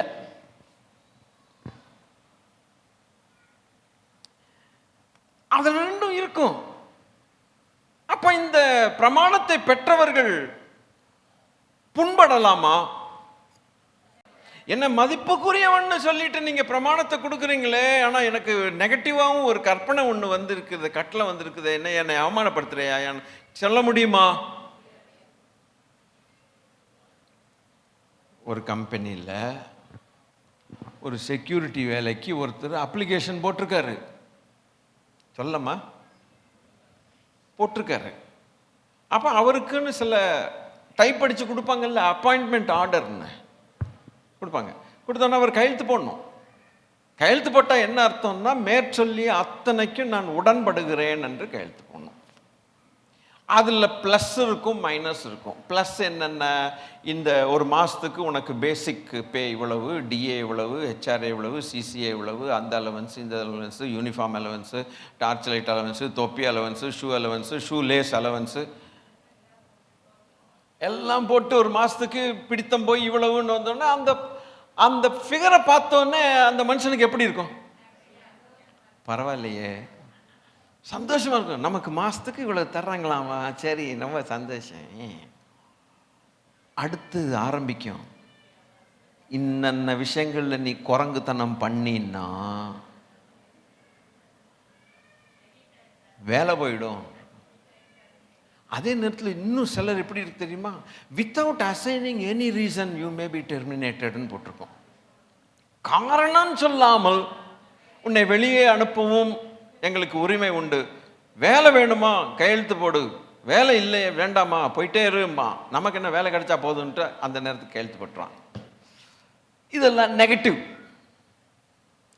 பாசிட்டிவ்க்கு அதை நிறைவேற்றினால் அதற்கான பிரதிபலன் உண்டு. நெகட்டிவை நிறைவேற்றினால், குரங்கு சட்டையை பண்ணினால் அதற்கான பிரதிபலனும் உண்டு. சரி, இது செக்யூரிட்டி வேலைக்கு சேர்ந்தவருக்கு இந்த பிரமாணம் அப்படின்னா, ஒரு கம்பெனியில் ஒரு மேனேஜர், அவருக்கு 2.5 லட்சம் ரூபாய் சம்பளம், நமக்கு தரமாட்டாங்களா அப்படின்னு பார்த்துட்டு உட்காந்துருக்கீங்க. 2,00,000 சம்பளத்துக்கு சேர்ற மேனேஜருக்கு எவ்வளவு இருக்கணும்? பயங்கர திறமையா இருக்கணும். இவனுக்கு திறமை இருக்குது, பெரிய பதவி, 2,00,000 சம்பளங்கிறதுக்காக ஒரு பிரமாணமே இல்லாம ஏத்துக்குவாங்களோ? அவனுக்கு என்ன உண்டுன்னா ஒரு அப்பாயின்மெண்ட் ஆர்டர். அந்த அப்பாயின்மெண்ட் ஆர்டர்ல பிளஸ் இருக்கும், மைனஸும் இருக்கும். அந்த மைனஸ் இருக்கிறதுங்கிறதுனால மனமடிவாயிர முடியுமா? No, you have to sign. என்ன தெரியுதுன்னா, நான் எவ்வளவுதான் மரியாதைக்குரிய மதிப்புக்குரிய சந்தோஷமான மனுஷனாக இருந்தாலும் கூட எனக்கு மேலே இருக்கிற அதிகாரத்துக்கு என்னை என்ன வேணா செய்யறதுக்கு அவருக்கு உரிமை உண்டு என்பதை நான் அறிந்து வேலை செய்ய வேண்டும். God is the supreme and He is the sovereign. He is giving me an order that I have to receive it. But I am honorable. நான் மதிப்புக்குரியவன், மரியாதைக்குரியவன், சந்தோஷத்துக்குரியவன், கனத்துக்குரியவன், அவருடைய சாயலில் சிருஷ்டிக்கப்பட்டவன். இருந்தாலும் He is the ruler over my head. நம்ம எல்லாருக்கும் ஒரு அதிகாரி இருப்பாங்க. அந்தந்த லெவலுக்கு ஏத்த அதிகாரிகள் இருப்பாங்க. அந்தந்த நம்ம என்ன நிலைமையில் இருக்குமோ அதுக்கு இம்மீடியட்டா மேல ஒருத்தன் உட்கார்ந்துருப்பான். அதை அவாய்ட் பண்ண முடியாது. அந்த அதிகாரத்துக்கு நீங்க எதிர்த்து போனீங்கன்னா you are violating the protocol of God, which God will take it very serious. Please don't play with that. அந்தந்த நிலைமையில் அவனுக்கு மேலே ஒரு அதிகாரி. அது குடும்பமாக இருக்கலாம், இல்லாவிட்டால் வேலை ஸ்தலமாக இருக்கலாம், செக்குலராக இருக்கலாம், ஸ்பிரிச்சுவல் ஆர்கனைசேஷனாக இருக்கலாம், சர்ச்சாக இருக்கலாம். தன்னிச்சையாக செய்வதற்கு அதிகாரம் கொடுத்திருந்தாலும் தன்னிச்சையாக செய்து அப்ரூவல் வாங்கின பிறகுதான் நீ தன்னிச்சையாக செய்ய முடியும். You have to get the approval. இதை செய்யணும். இங்கே பாருங்கள், இது இங்கே வைக்கிறதுக்கு பதில் இங்கே வச்சா ரொம்ப நல்லா இருக்கும், வசதியாக இருக்கும், ஜனங்கள் இப்படி வந்து ஈஸியாக நடந்து போகிறதுக்கு நல்லா இருக்குது. இது இங்கே வச்சிங்கன்னா எப்போ முடியல, ரொம்ப சங்கடமாக இருக்குது சார், நான் இப்படி வைக்கலாமா, ரொம்ப வசதியாக இருக்குது சார் இப்போ எல்லாருக்குமே அப்படின்னு கிரியேட்டிவாக you can think. But your boss must approve that. Go ahead, that's a wonderful idea அப்படின்னு அவர் ஒரு வார்த்தை சொல்லிட்டார்னா அதற்கான பலன் உங்களை தேடி வரும். The reward will come after you. But if you don't consult your boss, உங்க அதிகாரி, உங்களுக்கு மேல இருக்கக்கூடிய அதிகாரியை நீங்க அப்ரூவல் வாங்காமே நீங்க செஞ்சீங்கன்னா நல்லதுதான் செஞ்சிருப்பீங்க. ஆனா அந்த பாஸ் என்ன சொல்லுவார் உங்களை? யாரை கேட்டு செஞ்சேன் பார். Who asked you to do it? Did you consult me? You didn't tell me. No. Why did you do that? So ஒரு displeasure கிரியேட் ஆகுது, ஒரு அதிருப்தி கிரியேட் ஆகுது. அன்னையிலிருந்து அவன் மனசு அப்படியே மாறிடுது. It's dangerous. Obedience to the law is the utmost duty of an honorable man. Of an honorable man. மரியாதைக்குரிய ஒரு மனுஷனுக்கு தனக்கு மேல இருக்கக்கூடிய அதிகாரத்துக்கு 100க்கு 100 கீழ்ப்படிதல் அழகு. அதான் மரியாதைக்குரிய மனுஷன், அதுதான் அவனுக்கு அழகு, அதுதான் கரெக்டான மெத்தட். இங்க என்னோடு கூட வேலை செய்யறதுக்கு ஒரு சகோதரன் இருக்கிறார். I am very happy about him. நான் அவரை ஒரு வேலைக்காரன மாதிரி என்றைக்குமே ட்ரீட் பண்ணதே கிடையாது. ஆனால் எது சின்ன மேட்டராக இருந்தாலும் ஒரு ஃபோன் அடிப்பார், இல்லைன்னா ஒரு எஸ்எம்எஸ் போடுவார். ஏதாவது, பாஸ்டர் நான் இப்படி செய்யலாமா? இதுவரைக்கும் அவர் ஒரு நாள் அதில் மீறினது இல்லை. நானும் அவர்கிட்ட ரொம்ப சொன்ன மாதிரி இல்லை. You have to do it like this, do it like this, okay, did you understand, otherwise அப்படின்னு சொன்னதும் இல்லை.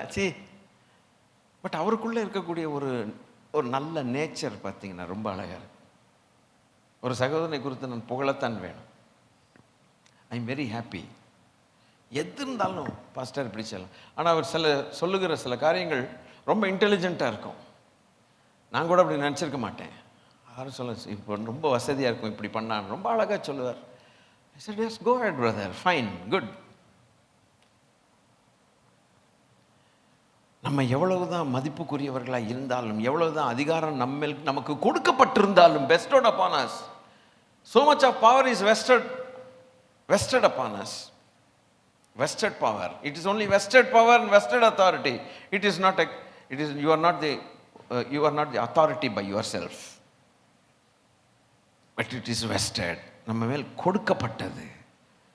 சகல அதிகாரமும் நமக்கு கொடுக்கப்பட்டது. கொடுக்கப்பட்டாலொழிய கிடைக்காது. என்னை விடுதலை ஆக்கணும்னு நீ நினைக்கிற, உனக்கு பரத்திலிருந்து கொடுக்கப்பட்டாதான்டான்னு ஆண்டவர். இல்லைன்னா கிடையாதுடா, நீ ஒன்றும் செய்ய முடியாதுடான். நீ யார் சொல்றதுக்கு என்னை விடுதலை ஆக்கிறதுக்கு? கர்த்தர் நல்லவர். அப்போ என்ன பண்ணணும்னா, we have to consult the ultimate authority. Hallelujah. You are given free will, freedom to work, but nobody stops you from working. But when you do a job, you have to consult the one who gave you the job. உனக்கு வேலை கொடுத்தவரை நீ என்ன செய்யணும்? Consult பண்ணிட்டு தான், எல்லா விஷயத்துலையும் consult பண்ணிட்டு தான். That's the protocol. You cannot fight against. குடும்பமாக இருந்தாலும் அப்படித்தான், வேலை ஸ்தலத்தால். Please learn, the church please learn this. Hallelujah. நான் சொல்கிற இந்த விஷயங்கள் ரொம்ப இன்னைக்கு ஸ்பிரிச்சுவலாக தெரியாமல் இருக்கலாம். ஆனால் கொஞ்ச நேரத்தில் பாருங்க, அதே பிரின்சிபிள்ஸ் தான் இந்த உலகத்தில் வருது. Same protocol. ஆக நாம் ஆசீர்வதிக்கப்படுகிறதற்கு ஒரு வழி. ஃபாலோ தி பிரின்சிபல்ஸ். ஏர்கிராஃப்ட் பைலட் பண்ணுற ஆளுங்களை பார்த்தீங்கன்னாக்க தான் இஷ்டத்தின்படி எதையும் நடத்த முடியாது. There is a checklist. there is a protocol for that. You cannot violate it. ஒன்றுன்னா செக் பண்ணிகிட்டே வருவான். அது அங்கே என்ன போட்டிருக்கோ அதன்படி தான் போகணும். அப்போ தான் அது கரெக்டாக டேக் ஆஃப் ஆகும், அது ப்ரெஷர் மெயின்டைன் ஆகும், இதாகும் அதாகும், என்னென்னமெல்லாம் ஆகும். நீ பாட்டுக்கு டப்புன்னு சுவிட்ச் இருக்குதுன்னு சொல்லி 10 சுவிட்சை போட்டு விட்டீங்க, டெஸ்ட் பண்ணி பார்ப்போங்க, லைட் எரியுதா, பல்ப் எரியுதான்னு பார்த்தீங்கன்னா என்ன ஆகுறது? ஏர்பிளைனு கொச்சான் இருக்கும். காக்பிட்டு பூரா ஒரே கண்ட்ரோல்ஸாக இருக்கும். என்னை மாதிரி ஒரு ஆள்கிட்ட கொண்டு உள்ளே வச்சா நான் எல்லாத்தையும் போட்டு பார்ப்பேன், எங்கெல்லாம் ப்ளூ ஆயிருதா ரெட் ஆயிருதான்ட்டு. அதுக்குள்ளே பின்னால் 350 பேர் உட்காந்துருப்பான். முடிஞ்சது கதை. அவங்கெல்லாம் அழகாக செக்லிஸ்ட் படி க்ளீனாக போவாங்க. என்ன தப்பும் வராதபடிக்கு கொண்டு போய் அவ்வளோ 40,000 அடிக்கு மேலே கொண்டு போய் க்ளீனாக 10 மணி நேரம் பறந்து போய் நம்மளை கொண்டு வந்து தொம்முன்னு இறக்கி, ஒரு வலி கூட வராதபடிக்கு இறக்கி நம்மளை சேர்க்குறானுங்கன்னா எவ்வளோ சிஸ்டம் இருக்குது. ப்ரோட்டோக்காலை ஃபாலோ பண்ணோம் இல்லையா? அதுபோல தான் நம்முடைய வாழ்க்கையில் தேவன் கொடுத்த protocols. You cannot violate it. When you violate it, there will be disaster. It will be a disastrous thing. So now next, let's go to the next one. Hallelujah. Now when we sincerely obey the terms and conditions, அடுத்த பாயிண்ட்ல நம்ம போகிறோம் பாருங்க. அவர் கொடுத்த கட்டளைகளுக்கும் பிரமாணத்துக்கும் நம்ம ஒழுங்கா தேவ பயத்தோடும் தேவ பக்தியோடும் கீழ்ப்படிந்து நடப்போமானால் பிரமாணத்தை கொடுத்தவர் நம்மோடு இருப்பார். The lawmaker. He is the lawmaker. He has every right to change the law. He is the lawmaker. He is the lawgiver. He is the law. ஒரு வேடிக்கையாக ஒரு காரியத்தை ஒரு சின்ன பிள்ளை ஒரு நாள் சொல்லிக்கிட்டு இருக்கிறத ஒரு வாட்ஸ்அப்பில் பார்த்தேன். ஜோக்கு தான் இருந்துச்சு. அது கொஞ்சம் சில பேருக்கு அனுப்பி வச்சேன். ஃபாதராக இருக்கிறவர் பிள்ளைக்கு கல்யாணம் நடந்தால் ஃபாதர் இன்லா, சன் அவருக்கு கல்யாணம் நடந்துச்சுன்னா son in law, mother in law, sister in law, brother in law, wife she is the law அப்படின்ட்டாங்க. அவதான் சட்டமே, அப்புறம் என்ன இன்லா? ஐயோ, எத்தனை குடும்பங்களில் லா உட்கார்ந்துருக்குதோ தெரியலப்பா. ஸோ அதுபோல் God is the law. Alleluia. Wife லாவாச்சுன்னா, வைஃபே சட்டமாக மாறிடுச்சுன்னா நம்ம நிலைமை என்னாகிறது? ஸ்தோத்திரம். லேடிஸ் எல்லாம் ஒரு மாதிரி பார்க்குறாங்க. ஆனால் தேவனே சட்டமாக இருப்பாரான அவர் தான் சட்டம். He is the creator. அந்த லா படி நம்ம போயிட்டோம்னா, அந்த புரோட்டோகால் படி போயிட்டோம்னா, மீறாதபடிக்கு வாழ்க்கை அப்பா அவர் ஒரு கை அப்படி வச்சார்னா, அந்த புரோட்டோகால் படி நடக்காம அவர் கை வைக்கணும்னு எத்தனை வருஷங்களா நம்ம காத்திருந்தாலும் அவர் கை வைக்கலைன்னா நமக்கு இருக்கிற கான்ஃபிடன்ஸ் போயிடும், நமக்கு இருக்கிற நம்பிக்கை போயிடும், ரொம்ப சோர்வடைஞ்சிரும். அதனால தான் blessed is the man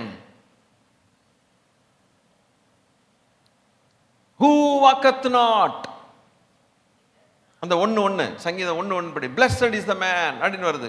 ரெண்டாவது 128 சங்கீதம் முதல் வசனத்தில், இது என்னுடைய சப்ஜெக்ட் இல்லை, நான் கொஞ்சம் சீக்கிரம் வேகமாக போகணும், ஆனால் ஊடால வர்றதுனால 128:1 கர்த்தருக்கு பயந்து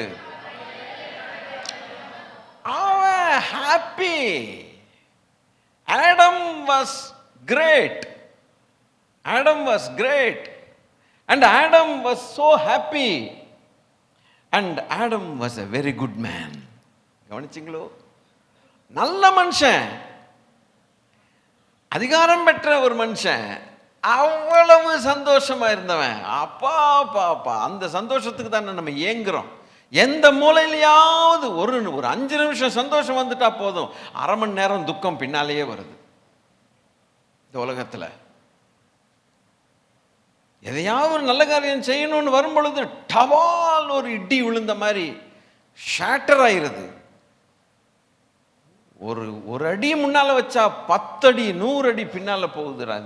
அந்த நிலையான நிரந்தர சந்தோஷத்துல ஒரு சொட்டாவது நம்ம அனுபவிப்போமா? கொஞ்ச நாள் அப்படி பார்த்தா அதுக்கு இந்த பூமியில இடம் இல்லாமல் இருக்கிறது. யோசிச்சு பாருங்க, யோசிச்சு பாருங்க. அப்ப நம்மளை உண்டாக்குனவரே சொல்லிட்டு போயிட்டாரு, இந்த உலகத்துல உனக்கு உபத்திரவம் உண்டுன்னு. அவர் வாயாலே வந்துருச்சு போ. அப்போ இன்னைக்கு இந்த உலகத்துல நாம் இருக்கிற வரைக்கும் நாம் எதிர்பார்க்கிற அல்லேலூயா பரலோகத்தில் இருக்கக்கூடிய அந்த சந்தோஷம் இந்த பூமியில அது வர்றதில்லை. போராட்டங்கள் நடுவில் தான் ரட்சிப்பின் சந்தோஷம் இருக்குது ஒழிய அந்த போராட்டமே இல்லாமல் இருக்கக்கூடிய சந்தோஷம் இருக்குமானால் அது பரலோகம் தான். இங்க உண்டு அந்த சந்தோஷம், நித்திய சந்தோஷம் உண்டு. ஆனால் போராட்டங்கள் நடுவில்.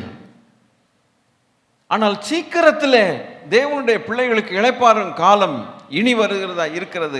அந்த போராட்டங்களே இல்லாத ஒரு பூமியில சந்தோஷமா இருக்கிறது. அது நிரந்தர நித்திய பூரண சந்தோஷம். கரெக்டா? கரெக்டு தானா இல்லையா? நீங்க சொல்லணுங்களே. அதனாலதான் ஆண்டவருடைய பிள்ளைகளை தவிக்கிறோம், பாரம் சுமந்து தவிக்கிறோம்னு பவுல் சொல்றதுக்கு அதான் அர்த்தம். இந்த தேகத்தில் நாம் பாரம் சுமந்து தவிக்கிறோம்ங்கிறான்.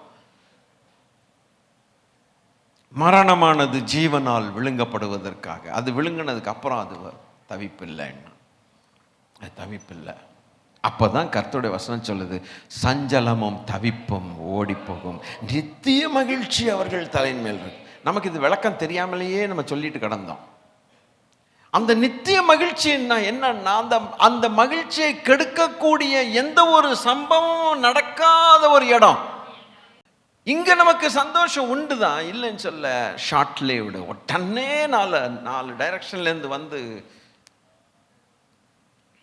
சந்தோஷமா கிளம்பலான்னு பார்த்துட்டு இருக்க நேரத்தில் ஏதாவது ஒரு துக்க செய்தி வந்து ப்ரோக்ராமே கேன்சல் பண்ண வேண்டிய நிலைமை இருக்கு. பிரயாணங்கள்லாம் நம்ம எவ்வளோ கேன்சல் பண்ணியிருக்கிறோம், முடியாது. இப்படி தான் இந்த உலகம். அங்கே அந்த சந்தோஷத்தை கேன்சல் பண்ணுறதுக்கு பரலோகத்தில் ஒன்றுமே இருக்காது. வரட்டுமே பார்ப்போம், தீட்டுள்ளதென்றும் அதில் பிரவேசிப்பதில்லைன்னு போட்டிருக்கு. ஏன்னா மகிழ்ச்சியாக இருக்குது தெரியுமா? ஆண்டவருடைய பிள்ளைகளோடு சேர்ந்து எல்லாம் சேர்ந்து ஆராதிச்சு அவருடைய சத்தியங்களை இன்னும் கொஞ்சம் சீக்கிரத்துக்கு கீழே வருவோம். எனவே அல்லேலூயா, அந்த மாதிரி அந்த டேர்ம்ஸ் அண்ட் கண்டிஷன்ஸ்க்கு நாம் இருந்து கர்த்தர் நம்மோடு கூட இருக்கும்போது நம்மளை போல சந்தோஷமாக இருக்கிறவர்கள் வேறு யாருக்கு மாட்டாங்க. ரெண்டாவது, அந்த லா மேக்கர் நம்மோடு கூட இருப்பார், அவரே நம்மோடு கூட இருப்பார். சரி, இதுக்கு நமக்கு ஏதாவது ஒரு ரிவார்டு வேணும் இல்லை? ரிவார்டு வேண்டாமா? ரிவார்டுன்னா என்ன? பிரதிபலன் வேணும் இல்லையா? அது எங்கேயாவது பைபிளில் சொல்லியிருக்கிறாரான்னு அலசி பார்த்தா ஒரு ஆதியாகமத்திலே சொல்லிட்டார். எங்கே போகலாம் அப்படின்னாக்க 2:16, ஆதியாகமம் 2:16. தேவனாகிய கர்த்தர் மனுஷனை நோக்கி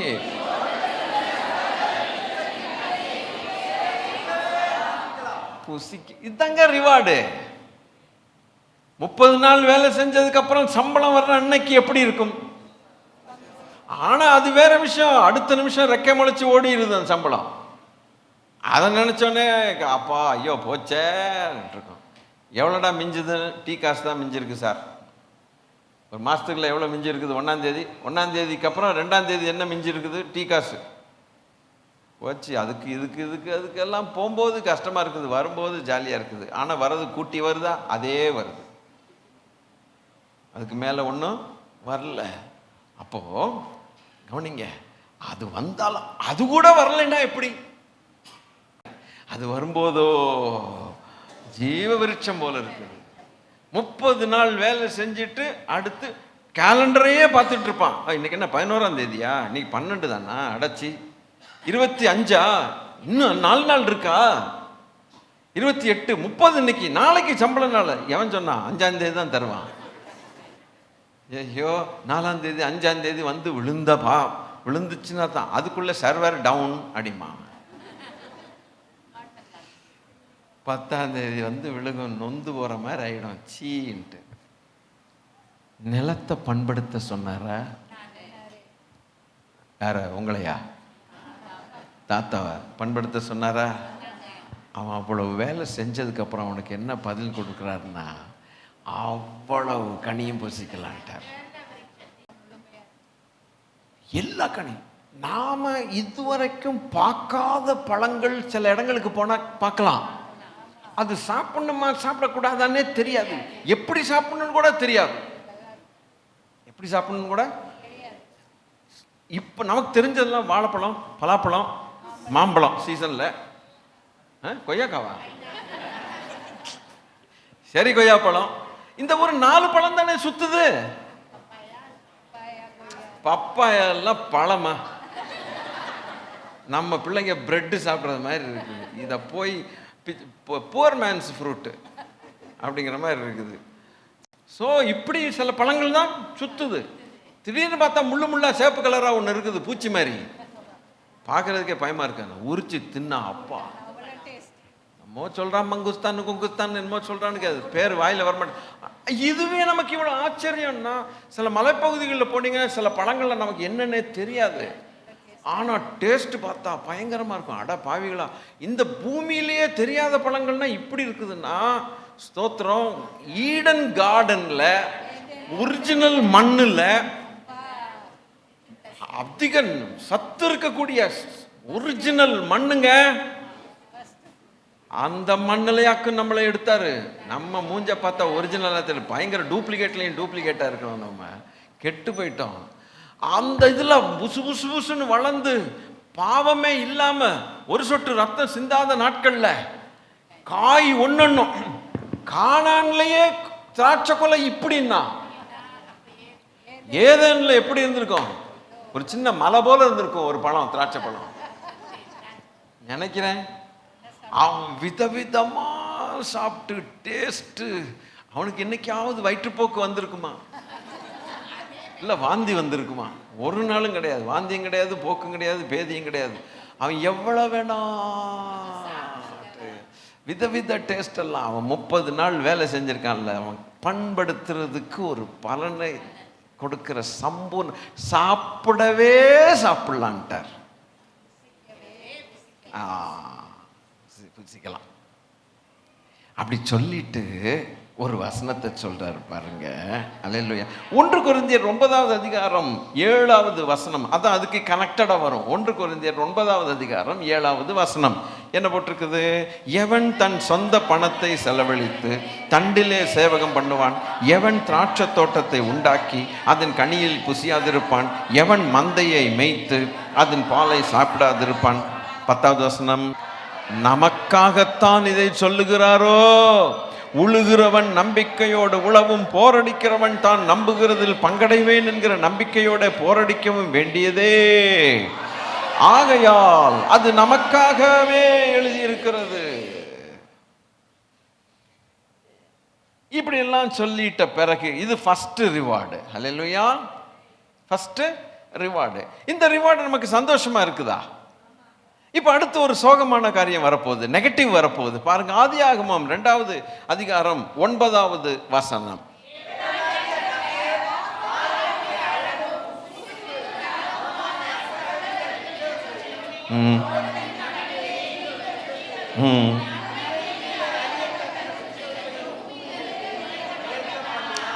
ஒன்று கவனிக்கணும், ஒரே ஒரு கேள்வி, பிறகு ஒரு சத்தியத்தை சொல்லி நான் முடிப்பேன். இப்போ இத்தனை விருட்சங்களையும் உண்டாக்குனது யார்? அவர் தானே பூமியிலேருந்து முளைக்க பண்ணார். அப்போ என்னென்னலாம் முளைக்க பண்ணார்? பார்வைக்கு அழகு. சில பழங்களை பார்த்தா அவ்வளவு, அந்த வெளியில் இருக்கக்கூடிய கலரே அவ்வளோ அழகா இருக்குது. ரொம்ப வினோதமான ஆண்டவர் தான் போல. பாருங்க, சில பழங்களுக்கு தோல் இம்மாந்தண்டி எரும மாட்டு தோல் மாதிரி இருக்கும், உள்ள ஏதோ ஒயிட்டா இருக்கும். அந்த ஒயிட்டா இருக்கிறது அவ்வளவு ஸ்வீட்டா இருக்கும். அந்த தோல்ல சின்ன பகுதி கடிச்சாலும் அவ்வளவு கசப்பா இருக்கும். ஆச்சரியமா இருக்கும், இவ்வளவு கசப்பான ஒரு போர்வைக்குள்ளால இவ்வளவு இனிப்பான ஒண்ணு வச்சிருக்கிறாரே, எப்படி இது? பாஸ்டர், அதெல்லாம் நமக்கு தெரியாது, திங்கிறதோட முடிஞ்சு போச்சு. நாங்கள் கொஞ்சம் யோசிச்சு பார்க்கணும், ஒன்னொன்னுலையும் இப்படி வச்சிருக்கிறாருன்னா எவ்வளவு. அந்த மாதுளம் பழத்துக்குள்ள ஒரு அது உள்ள அதுக்கு ப்ரொடெக்ஷன், வீடு, எப்படி வீடு வச்சிருக்கிறாரு மாதுளம் பழத்துக்கு. எரும மாட்டு தோல் கூட தோத்துரும் போல இருக்குது. அம்மா, அந்த அது எவ்வளவு தோற்குது, உள்ள இருக்கிறத அந்த முத்து அவ்வளவு டேஸ்டா இருக்குதாப்பா. அடுத்த முறை பழம் சாப்பிட போனிய, அதான் ஆண்டவர் சொல்றாரு, எல்லாத்தையும் அவர் தான் உண்டாக்கி வச்சிருக்கிறாரு. வச்சுட்டு இப்போ 17வது வசனத்துக்கு வரும்போது, 17th வரும்போது, அந்த இந்த வார்த்தையை போட்டாரா? இந்த வார்த்தையை போட்டாரியா? எல்லாத்தையும் உருவாக்கி வச்சு போட்டு, ஆனாலும் சொல்லிட்டு நன்மை தீமை அறியத்தக்க விருட்சத்தின் கனியை புசிக்க வேண்டாம் சொன்னார்ல. சொன்னார்ல, சொன்னபடி செஞ்சுட்டு போக வேண்டியதானே. நீ மதிப்புக்குரியவன் தானே, ஐயோ நீ மரியாதைக்குரியவன் தானே, நீ பிரமாணத்தை பெற்றவன் தானே, எல்லா பெற்றின் மேல் ஆளுகையும் பெற்றவன் தானே. அப்போ உனக்கு என்ன மரியாதை? அவர் சொன்னதை ஒழுங்கா செஞ்சுட்டு போய் சந்தோஷமா நீ வாழ வேண்டியதானே. உனக்கு சாப்பிட வேண்டான்னு எதையாவது விளக்குனாரா? இந்த இடத்துல உன்னை தவிர வேற உன் எஜமான் உன்னையும் விளக்கல, எங்கேயோ பேரலா வருது. யோசிச்சிங்களா? அவனுக்கு அதான் சொல்லலாம், எல்லாம் நான் அனுபவிக்கலாம். எனக்கு திடீர்னு பசிச்சுன்னா ஃப்ரிட்ஜில் இருந்து சிக்கன் எடுத்து நான் சமைச்சு சாப்பிடலாம், தோட்டத்துக்கு போனால் பழம் சாப்பிடலாம், எல்லாம் ரைட், எல்லாம் எப்போ எங்கே வேணால் நான் படுத்துங்கலாம், எதாவது செய்யலாம். ஆனால் உன்னை மாத்திரம் தொடக்கூடாது, அது எனக்கு வேண்டாம். அதுபோல தான் உன்னை மாத்திரம் தொடக்கூடாதுன்ட்டார். எல்லாமே நல்ல சந்தோஷமா சாப்பிடுன்ட்டாரு. எனக்கு வேண்டியது என் சந்தோஷத்தை காப்பாத்திக்கிறது படா அப்படின்னு சொல்லியிருக்கலாம்ல. அதை போய் கெடுக்க பார்த்தியே நீ. நீ திறமையாய் செய்பவன் அல்லவா, நீ புத்தியாய் நடப்பவன் அல்லவா. எங்கேயோ கெட்ட மாதிரி இருக்கு. கல்லெடுத்தா நாய்க்கே தெரியுது ஓடி போகணும்ட்டு. நீ நாயை காட்டிலும் விசேஷித்தவன், எவ்வளவு புத்தியாய் சாமர்த்தியமாய் செய்யக்கூடியவன். எவனோ என்னத்தையோ சொன்னாங்கிறதுக்காக அவன்கிட்ட போய் என்ன டயலாக் பேசிக்கிட்டு, இதான் பிரச்சனையே வருது. நம்ம பேசுறதுனாலேயே பிரச்சனை வருது. எங்கேஜ் நம்ம பண்ணிக்கிறோம், நம்மளை நாம எங்கேஜ் பண்ணிக்கிறதுனால எல்லாம் காரியம் தப்பா மைண்டை கெடுத்து எல்லாம் செதறி போய் தேவ சித்தம் செய்ய முடியாம நான் ஏமாந்து போய் உட்கார்ந்துட்டு இருக்கிறோம். அவனோட உனக்கு என்ன பேச்சுன்னு கேட்கேன். உன்னை ஆண்டவர் பேச சொன்னாரா? என்னைக்காவது எங்கேயாவது பைபிளில் எழுதியிருக்குதா சாத்தான்னு ஒருத்தன் வருவான், கொம்புக்காரன், நல்ல பாம்பு போல வருவான், இனிமையாக தேனை போல பேசுவான், கொஞ்ச நேரம் அப்பப்போ பேசிட்டு வா, ரிலாக்ஸேஷன். உனக்கு ரொம்ப கடுமையான வேலை செய்கிற பத்தியா? என்ன வேலை? நீ நிலத்தை பண்படுத்துறது பயங்கர கடினமான வேலை. அப்பப்போ உனக்கு ஒரு நண்பன் வேணும். யாரு? சோத்திரம். நான் அன்னைக்கே சொன்னேன்ல, 2 பேரும் எந்திரிச்சு நிற்கணும், பாஸ்டர் நீங்களும் நானும் தான் நரகத்துக்கு போகிறோன்ட்டு. அந்த கதையாயிருது நிறைய பேர். ஒருத்தர் கேட்டான், என்ன சொல்ல? நான் என்ன சொல்கிறேன்னே தெரியலையே, உனக்கு அப்பப்போ ஒரு நண்பன் வேணும், சாத்தா வேணும், போய் கொஞ்சம் பேசிட்டு வா அப்படின்னு சொன்னாரா? சொல்லவே இல்லை. அப்படி சொல்லணுமா? ஏன் வேண்டாம்? ஏன் வேண்டாம்? நீங்கெல்லாம் என்ன சொல்றீங்க? பாஸ்டர் இப்படி ஒருத்தன் வருவான்ட்டு சொல்லியிருந்தா,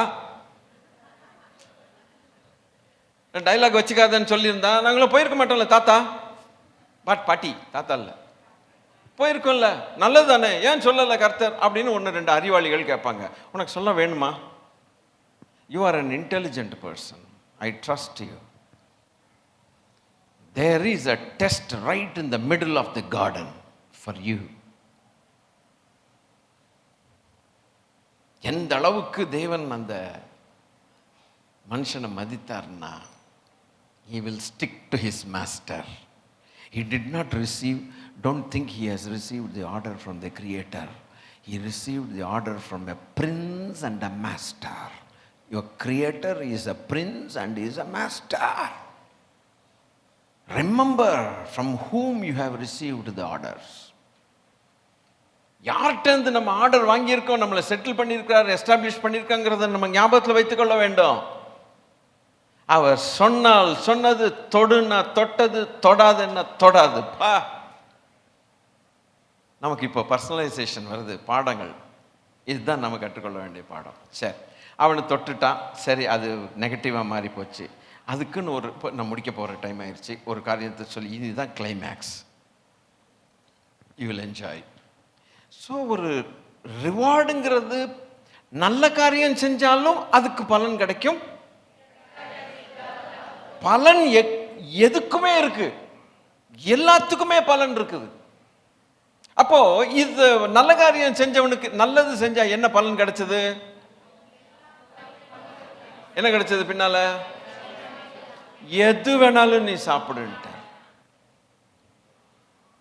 நம்ம கண்ணுக்கு பார்க்காத பழங்களும், பார்வைக்கு அழகுள்ளவங்களும், புசிப்புக்கு நல்லது தின்னுகிட்டே இருக்க வேண்டியதான். அல்லேலூயா, என்ன சந்தோஷம். பகல் குளிர்ச்சியான வேளையில் தேவன் வேற வந்து பேசுவாரா? அடா ஹாப்பி ஹாப்பி லைஃப். ஒரு பாவம் இல்லை, ஒன்றும் இல்லை. பொறாம பிடிச்சவன் கெடுத்தானே பாருங்க. வஞ்சகன் வஞ்சகன் வஞ்சகன். அவனுடைய நியாயத்தீர்ப்பு வரும் பொழுது நீதிமான்கள் களி கூறுவார்கள். அவனுக்குன்னு வச்சிருக்கிற இடத்துக்கு தேவன் அவனை அனுப்பும் பொழுது மீட்கப்பட்டவர்கள் பயங்கரமாய் களி கூறுவார்கள். We are waiting for that time to come. A great deceiver, murderer, killer, destroyer. Hallelujah. That day will be a great day of joy. அந்த பிரதிபலன் என்னன்னு வாசித்து முடிப்போமா? ஆதியாகமம் 2வது அதிகாரம் 17. மறுபடியும்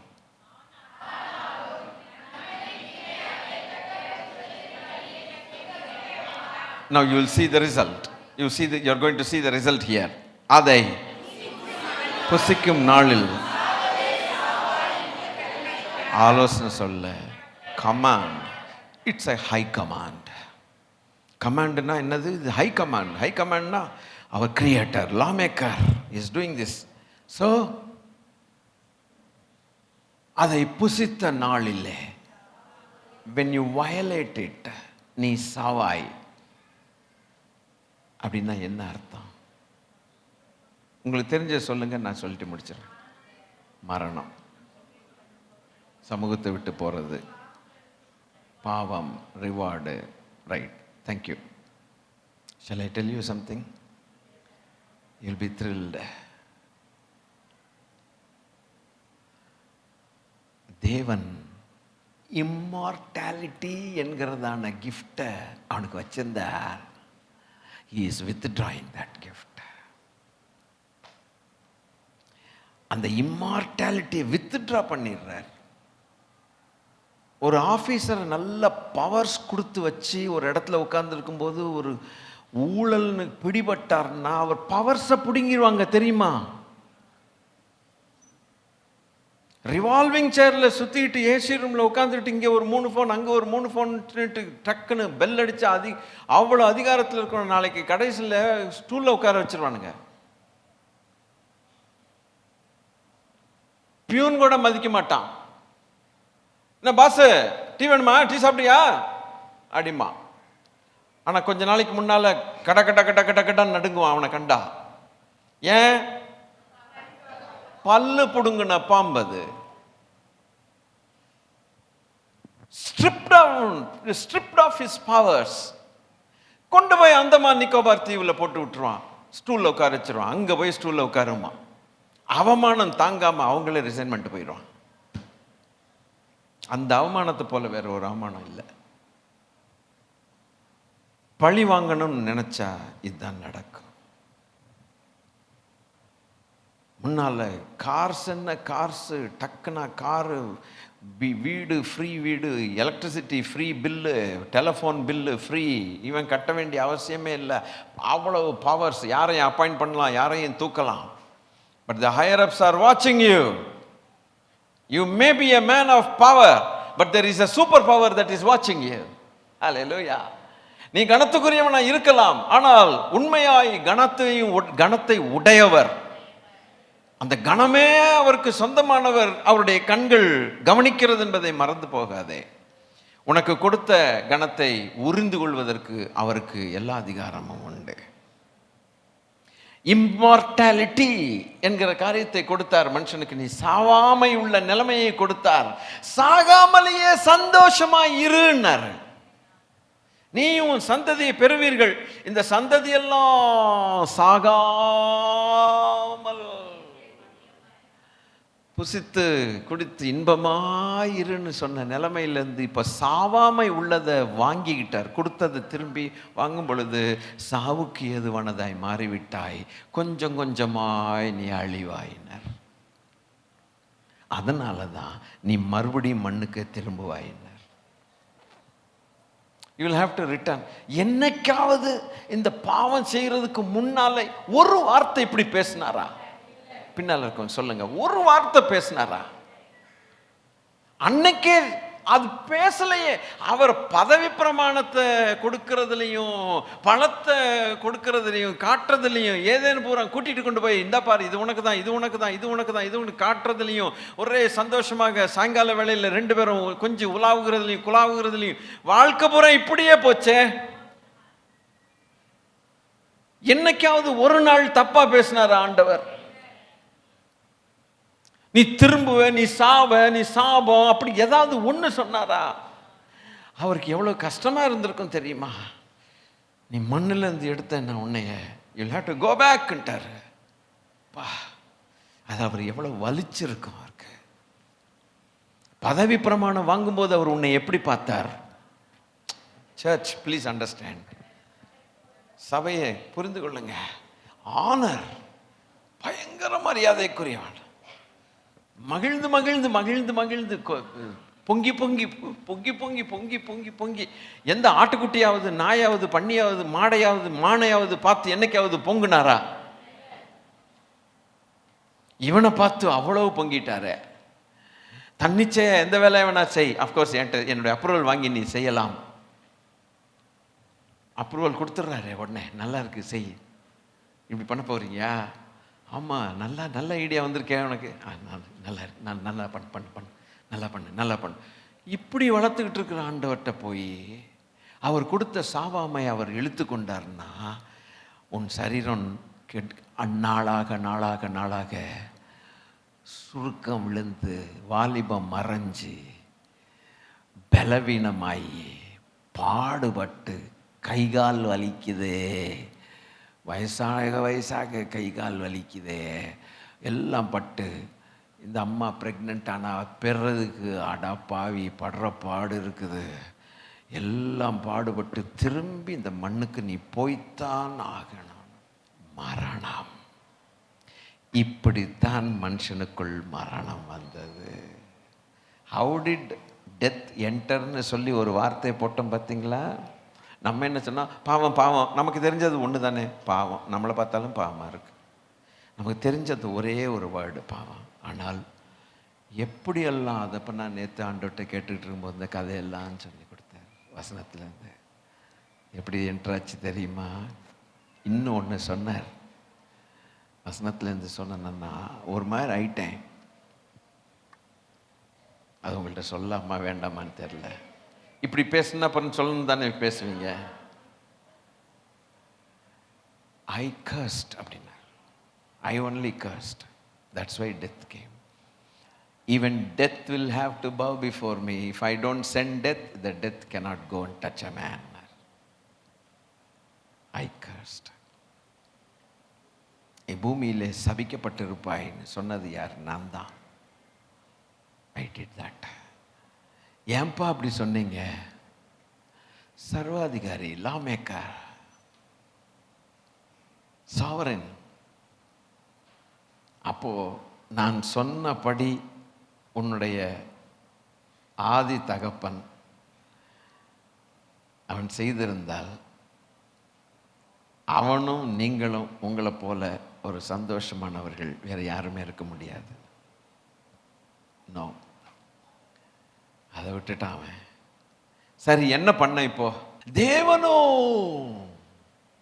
இரக்கத்தில் ஐஸ்வர்யம் உள்ளவராய், தேவனோ இரக்கத்தில் நம்மிடத்தில் அன்பு கூர்ந்து வாங்கி கொண்டதை திரும்ப கொடுத்தார். முன்னால் இருந்த சாவாமைக்கும் இப்பொழுது ரட்சிக்கப்பட்டு நாம் இருக்கக்கூடிய சாவாமைக்கும் என்ன வித்தியாசம்? இங்கதான் நிறைய பேருக்கு குழப்பம். அது எப்படிடா நம்மளை சாவாமைங்கிற, அப்ப நம்ம செத்தே போக மாட்டோமா? கட்டாயம் சாவோம். மண்ணுக்கு திரும்புவாய்ங்கிறது மாற்ற முடியாது, திரும்பி ஆகணும். ஆனால் ஆத்துமாவோ அழிவை காண்பதில்லை. அப்போ சாவாமை பெற்றுக்கொள்கிறது. சாவுக்குள்ளதாகி இந்த சரீரம் சாவாமையை பெற்றுக்கொள்ளுகிறது. ஆனால் ஏதேன் தோட்டத்தில் அந்த சரீரமே கீழே போகாதபடிக்கு சாவாமை. இப்போ வேற வழி இல்லை, சரீரம் கீழே போனதுக்கு அப்புறம் தான் சாவாமை. அதைத்தான் கொரிந்தியருக்கு எழுதும் போது பவுல் ரொம்ப அழகா சொல்லுகிறார். அழிவுள்ளதாகிய இது அழியாமை. அப்ப அழி உள்ளதுன்னு இருக்காரு, அப்ப அது அழிஞ்சு ஆகணும். எப்பேற்பட்ட கணத்துக்குரிய மனுஷனா இருந்தாலும் அவனுடைய சரீரம் மண்ணுக்கு மண்ணாகவும் சாம்பலுக்கு சாம்பலாகவும் தூளுக்கு தூளாகவும் திருப்பப்படுகிறது. ஆனால் கிருபையாய் கர்த்தர் நமக்கு தந்ததோ நித்திய ஜீவன். பாவத்தின் சம்பளம் மரணம். ஆனால் நம்முடைய கர்த்தராகிய இயேசு கிறிஸ்து மூலமாய் நம்முடைய நித்திய ஜீவன் போட்டிருக்குது. அதனால ஆண்டவருடைய பிள்ளைகளே, நமக்கு என்ன பாடம்னா, இந்த மரணம் இவனுக்கு எப்படி எப்படி சம்பவித்தது, அதை தான் இன்னைக்கு ஆண்டவர் அந்த படம் போட்டு காட்டி இருக்கிறார். அப்போ நமக்கு என்னன்னு கேட்டா, இன்னைக்கு அழிஞ்சு போகிற இந்த சரீரத்துக்குள்ளால நம்ம வாழ்ந்துகிட்டான உள்ளேயோ நித்திய ஜீவன் இருக்கு. அந்த நித்திய பரலோகத்துக்கு அவர் வந்து நம்மளை கூட்டிட்டு போறேன்னு சொல்றார். இது மகா பெரிய புண்ணியம். நீங்க எப்படி நினைக்கிறீங்களோ எனக்கு தெரியல. நான் அவர் பாதத்தை பிடிச்சி, அவர் பாதத்தை நான் விடமாட்டேன்னு உட்கார்ந்துருக்கேன். அவர் வந்து கூட்டிட்டு போறேன்னு சொல்றார். இது கிடைச்சதுவே பெரிய, எனக்கு என்னமோ அப்படிதான் தோணுது. உங்களுக்கு எப்படி தோணுது? உங்க உரிமையும் கிடையாது, என் உரிமையும் கிடையாது. போனது தான். ஆனா ஆத்துமாவை தப்பு வச்சிருக்கிறாரு. இதை ஒன்றும் பண்ண முடியாதுன்ட்டாரு.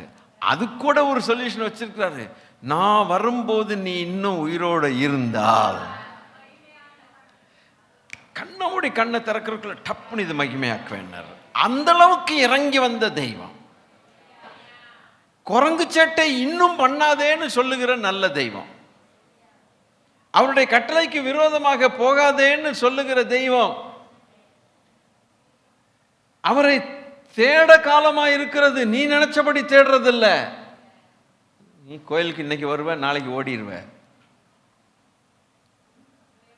அதல்ல அதல்ல கிறிஸ்துவின் ஜீவியம். அதல்ல. அவரை தேட காலமா இருக்குது. அப்படி அவரை தேடி அன்னைக்கு ஆதாம் ஃபெயில் ஆனா, இன்னைக்கு அதே ஆதாம் போல நம்மளும் ஃபெயில் ஆனா அவருக்கு எப்படி இருக்கும்? ஆண்டவருடைய பிள்ளைகளே, நான் உங்களை க்ளோஸ் பண்ணி தான் அனுப்பேன். ஜெபம் பண்ணி வாழ்த்தி அனுப்ப போகிறேன். ஒன்று ஞாபகத்தில் வச்சுக்கணும், நீங்களும் நானும் அன்னைக்கு ஃபெயில் ஆயிட்டான். அநியாயத்துக்கு மண்ணுக்கு திரும்ப வேண்டிய ஒரு சூழ்நிலை வந்துருச்சு. அதை எவனாவது மாற்ற முடிஞ்சா? அதை செட்டில் பண்ணவர் மனுஷனை இவ்வளோ செட்டில் பண்ணணுன்னு ஆசைப்பட்ட பிறகு கள்ளப்பைய அவன் அவனுக்கு இடம் கொடுத்ததுனால தேவையில்லாமல் சரீரம் எங்கே போகுதுங்க? மண்ணுக்கு போகுது. ஆத்மாவாவது பரத்துக்கு போகும். அது ஆத்மா கூட கீழே போயிடுச்சுன்னா என்னங்க இது? இவ்வளோ தப்புங்க. அப்போ அவர் என்ன நினைப்பார்? இவ்வளவு செஞ்சும் கூட ஏற்கனவே உண்டாக்கும் போதே இவனை இவ்வளவு மகிமையாக வச்சு நான் கருதி கொண்டு வந்தேன். அப்போ விழுந்துட்டான். விழுந்த பிறகு கூட இரக்கத்தில் ஐஸ்வர்யம் மறுபடியும் வேற வழி இல்லை. மண்ணுக்கு சரீரமாவது போய் தொலைதுன்னு போய் ஆத்மாவை கூட்டிட்டு போகணும்னு பார்த்தா இவன் ஒருத்தன் அது கூட இல்லையே அப்படின்னா அப்புறம் எவ்வளவு பெருமூச்சு விட்டு எவ்வளவு பண்ண வேண்டியிருக்கும் இல்லைங்களா? திருச்சபையே, பொன்னான வாழ்க்கை, இதன்படி வாழ்ந்துருவோம். அன்னைக்கு ஏதேன் தோட்டத்தில் ஆதாம் எவ்வளவு சந்தோஷமாக இருந்தான். இன்னைக்கு நமக்கு ஆத்தும ரட்சிப்பு, ஆத்தும மீட்பு, ஆத்தும சந்தோஷம் இருக்குது. இந்த சரீரத்தை அதனால தான் புத்தி உள்ளவர்களாய் புத்தி உள்ள ஆராதனை செய்யுங்கடான்ட்டார். விளங்கிருச்சா உங்களுக்கு? மிருகத்தை போல அல்ல, புத்தி உள்ள. எந்திரிப்போம் எல்லாரும். எந்திரிச்சு ஜெபம் பண்ணி கடந்து செல்லலாம். ஜெபம் பண்ணுங்க, சூப்பராக ஜெபம் பண்ணுங்க. ஒரு பெரிய படம் போட்டு காட்டல, இதை சொன்ன தேவன் எவ்வளவு சொல்லி காட்டிட்டார் பார்த்தீங்களா? சோத்திரம் சோத்திரம் சோத்திரம். அப்பா, ஜபம்ங்கிறது கத்துறது இல்லை, ஸ்தோத்திரம் சோத்திரம் கத்துறது இல்லை, தேவனோடு உண்மையாய் பேசுவது. ஐயா ஐயா, என்னையா இது? இவ்வளவு சந்தோஷமா இருக்க வேண்டிய நாங்க அப்பா வஞ்சகனுடைய வலையில போய் இப்படித்தான்ப்பா மரணமே வந்துச்சோ? அதானே அதானே அதானே அதானே. அடுத்த வாரத்தில் அதை எப்படி டீல் பண்றாருங்கிறத உங்களுக்கு சொல்றேன். ஆண்டவர் சொல்லுவார் நமக்கு. அல்லேலூயா. ரொம்ப அழகா இருக்கும். ஐயோ, அந்த எக்ஸைட்மெண்ட் நிறைய பேருக்கு இல்லையே. அல்லேலூயா. எஸ் ஐயா, சோத்திரம். வாலிப தம்பி, வாலிப தங்கச்சி, சந்தோஷப்படுப்பா. அப்பா எப்படி கொண்டு வந்துட்டார் பார்த்தீங்களா? நமக்குள்ள எப்படி மரணம் வந்துச்சு பார்த்தீங்களா? வாலிப பிள்ளைகளே, நல்ல பைபிள் எடுத்து வாசிங்க பிள்ளைகளே, வாசிங்க பிள்ளைகளே, நல்லா பைபிள் எடுங்க பிள்ளைகளே. அல்லேலூயா. சோத்திரம் சோத்திரம் சோத்திரம். வாலிப செல்வங்கள்லாம் நல்ல ஸ்தோத்திரம் பண்ணுங்க. வாலிப பிள்ளைகள் தேவனுக்கு மகிமையை செலுத்துங்க. வாலிபர்கள் பைபிள் எடுங்க பிள்ளைகளே. பைபிளை மூடி வச்ச பைபிள்லாம் எடுங்க. வாழ்க்கையில் பெரிய ஆளாக்கி விட்டுருவார் ஆண்டவர். அல்லேலூயா. ரொம்ப சந்தோஷப்படுவாருங்க. ஒரு ஆதாமை கிரியேட் பண்ணும்போது அவருக்கு இருந்த சந்தோஷம், ஸ்தோத்திரம், அவருக்கு இல்லை பாவம் இப்போ. ஆனால் இனி ஒன்று சந்தோஷம், நம்மளை கண்டு தான் அவருக்கு சந்தோஷம். வேற யாரை கண்டு சந்தோஷம் சொல்லுங்க? உங்களை பார்த்து என்னை பார்த்து தான் அவருக்கு ரொம்ப சந்தோஷம். நம்ம ஜீவியத்தை காப்பாற்றிக்கிட்டு நம்மளோட 4 பேரை கூட்டிகிட்டு பரலோகத்துக்கு வந்துட்டோம்னா வெல்டன் என்று சொல்லுவார். நல்ல காரியம் பண்ண நீன்னு சொல்லுவார். அல்லேலூயா. நல்ல ஆத்துமாதாயம் செய்யுங்க, சுவிசேஷம் சொல்லுங்க, வாய்ப்புகளை பயன்படுத்தி கொள்ளுங்க, விட்டுறாதீங்க. கர்த்தருக்கு ஸ்தோத்திரம். அல்லேலூயா. ஊழியத்தை தாங்குங்க, ஊழியங்களை தாங்குங்க. கர்த்தர் நல்லவர். அல்லேலூயா. ஸ்தோத்திரம். ஆத்தும ரட்சிப்பு எவ்வளோ விலை ஏற்பட்டு இறங்கி வந்து மாம்சம் உன்னுடைய பாடி போனாலும் பரவாயில்லை, உன் ஆத்துமா தான் ரொம்ப முக்கியம், விடு அப்படின்னு சொல்லிட்டு நான் கூட்டு போறேன்னு வேற சொல்லி நான் வரும்போது நீ இருப்பியா, நான் இன்னும் உயிரோட பட்டுன்னு உன்னை மறுரூபமாக்கி கூட்டிட்டு போயிடுவேன், இந்த கல்லறைக்கே நீ போக வேண்டாம் இன்னி. அப்படியெல்லாம் கூட இந்த அளவுக்கு இறங்கி வந்து வாக்கு செய்த தேவனுக்கு நம்ம எந்த அளவுக்கு நன்றி உள்ளவர்களாயும் உண்மையுள்ளவர்களாய் இருக்க வேண்டும். ஸ்தோத்திரம் ஸ்தோத்திரம் பா, நன்றி நன்றி ஐயா. ஒவ்வொரு குடும்பத்தையும் உடைய கரத்தில் கொடுக்குறேனப்பா. இது இந்த படம் அப்படியே மைண்டில் பிரிண்ட் ஆகட்டும்ப்பா. பாவம் எப்படி உள்ள வந்துச்சுங்கிறத கர்த்தர் சொல்லி கொடுத்துருக்குறீங்க. உங்கள் ஏக்கமும் உங்கள் எண்ணமும் உங்கள் ஆசைகளும் உங்கள் சந்தோஷமும் எப்படி இருந்ததுங்கிறத நாங்கள் பார்க்க இந்த காலை வேளையில் உதவி செஞ்சீங்கப்பா. இனி உமக்கு பிரியமில்லாதது செய்யக்கூடாது ஆண்டவரே. ஆத்மாவை தப்புவித்த தெய்வம், இப்போ கூட டிசொபீடியன்ஸ் காட்டிட்டோம்னா இனி எப்படி தப்புவிப்போங்கிறது தெரியலை. எனவே கிருபை தாங்க, கிருபை தந்திருக்கிறீங்க. தந்த கிருபையை ஒவ்வொரு குடும்பமும் பயன்படுத்தி கொள்ள ஆமென். உணர்வை தந்தருளும், ஆசீர்வதியும். எங்கள் ஆண்டவர் இயேசு கிறிஸ்துவின் நாமத்தில் கேட்கிறோம் பிதாவே, ஆமென்.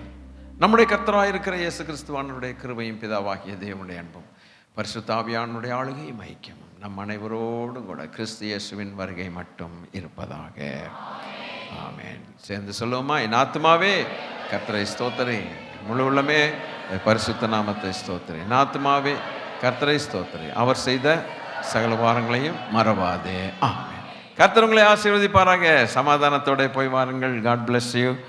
தேவ பிரசன்னம் உங்களோடு கூட இருப்பதாக, ஆமென், ஆமென்.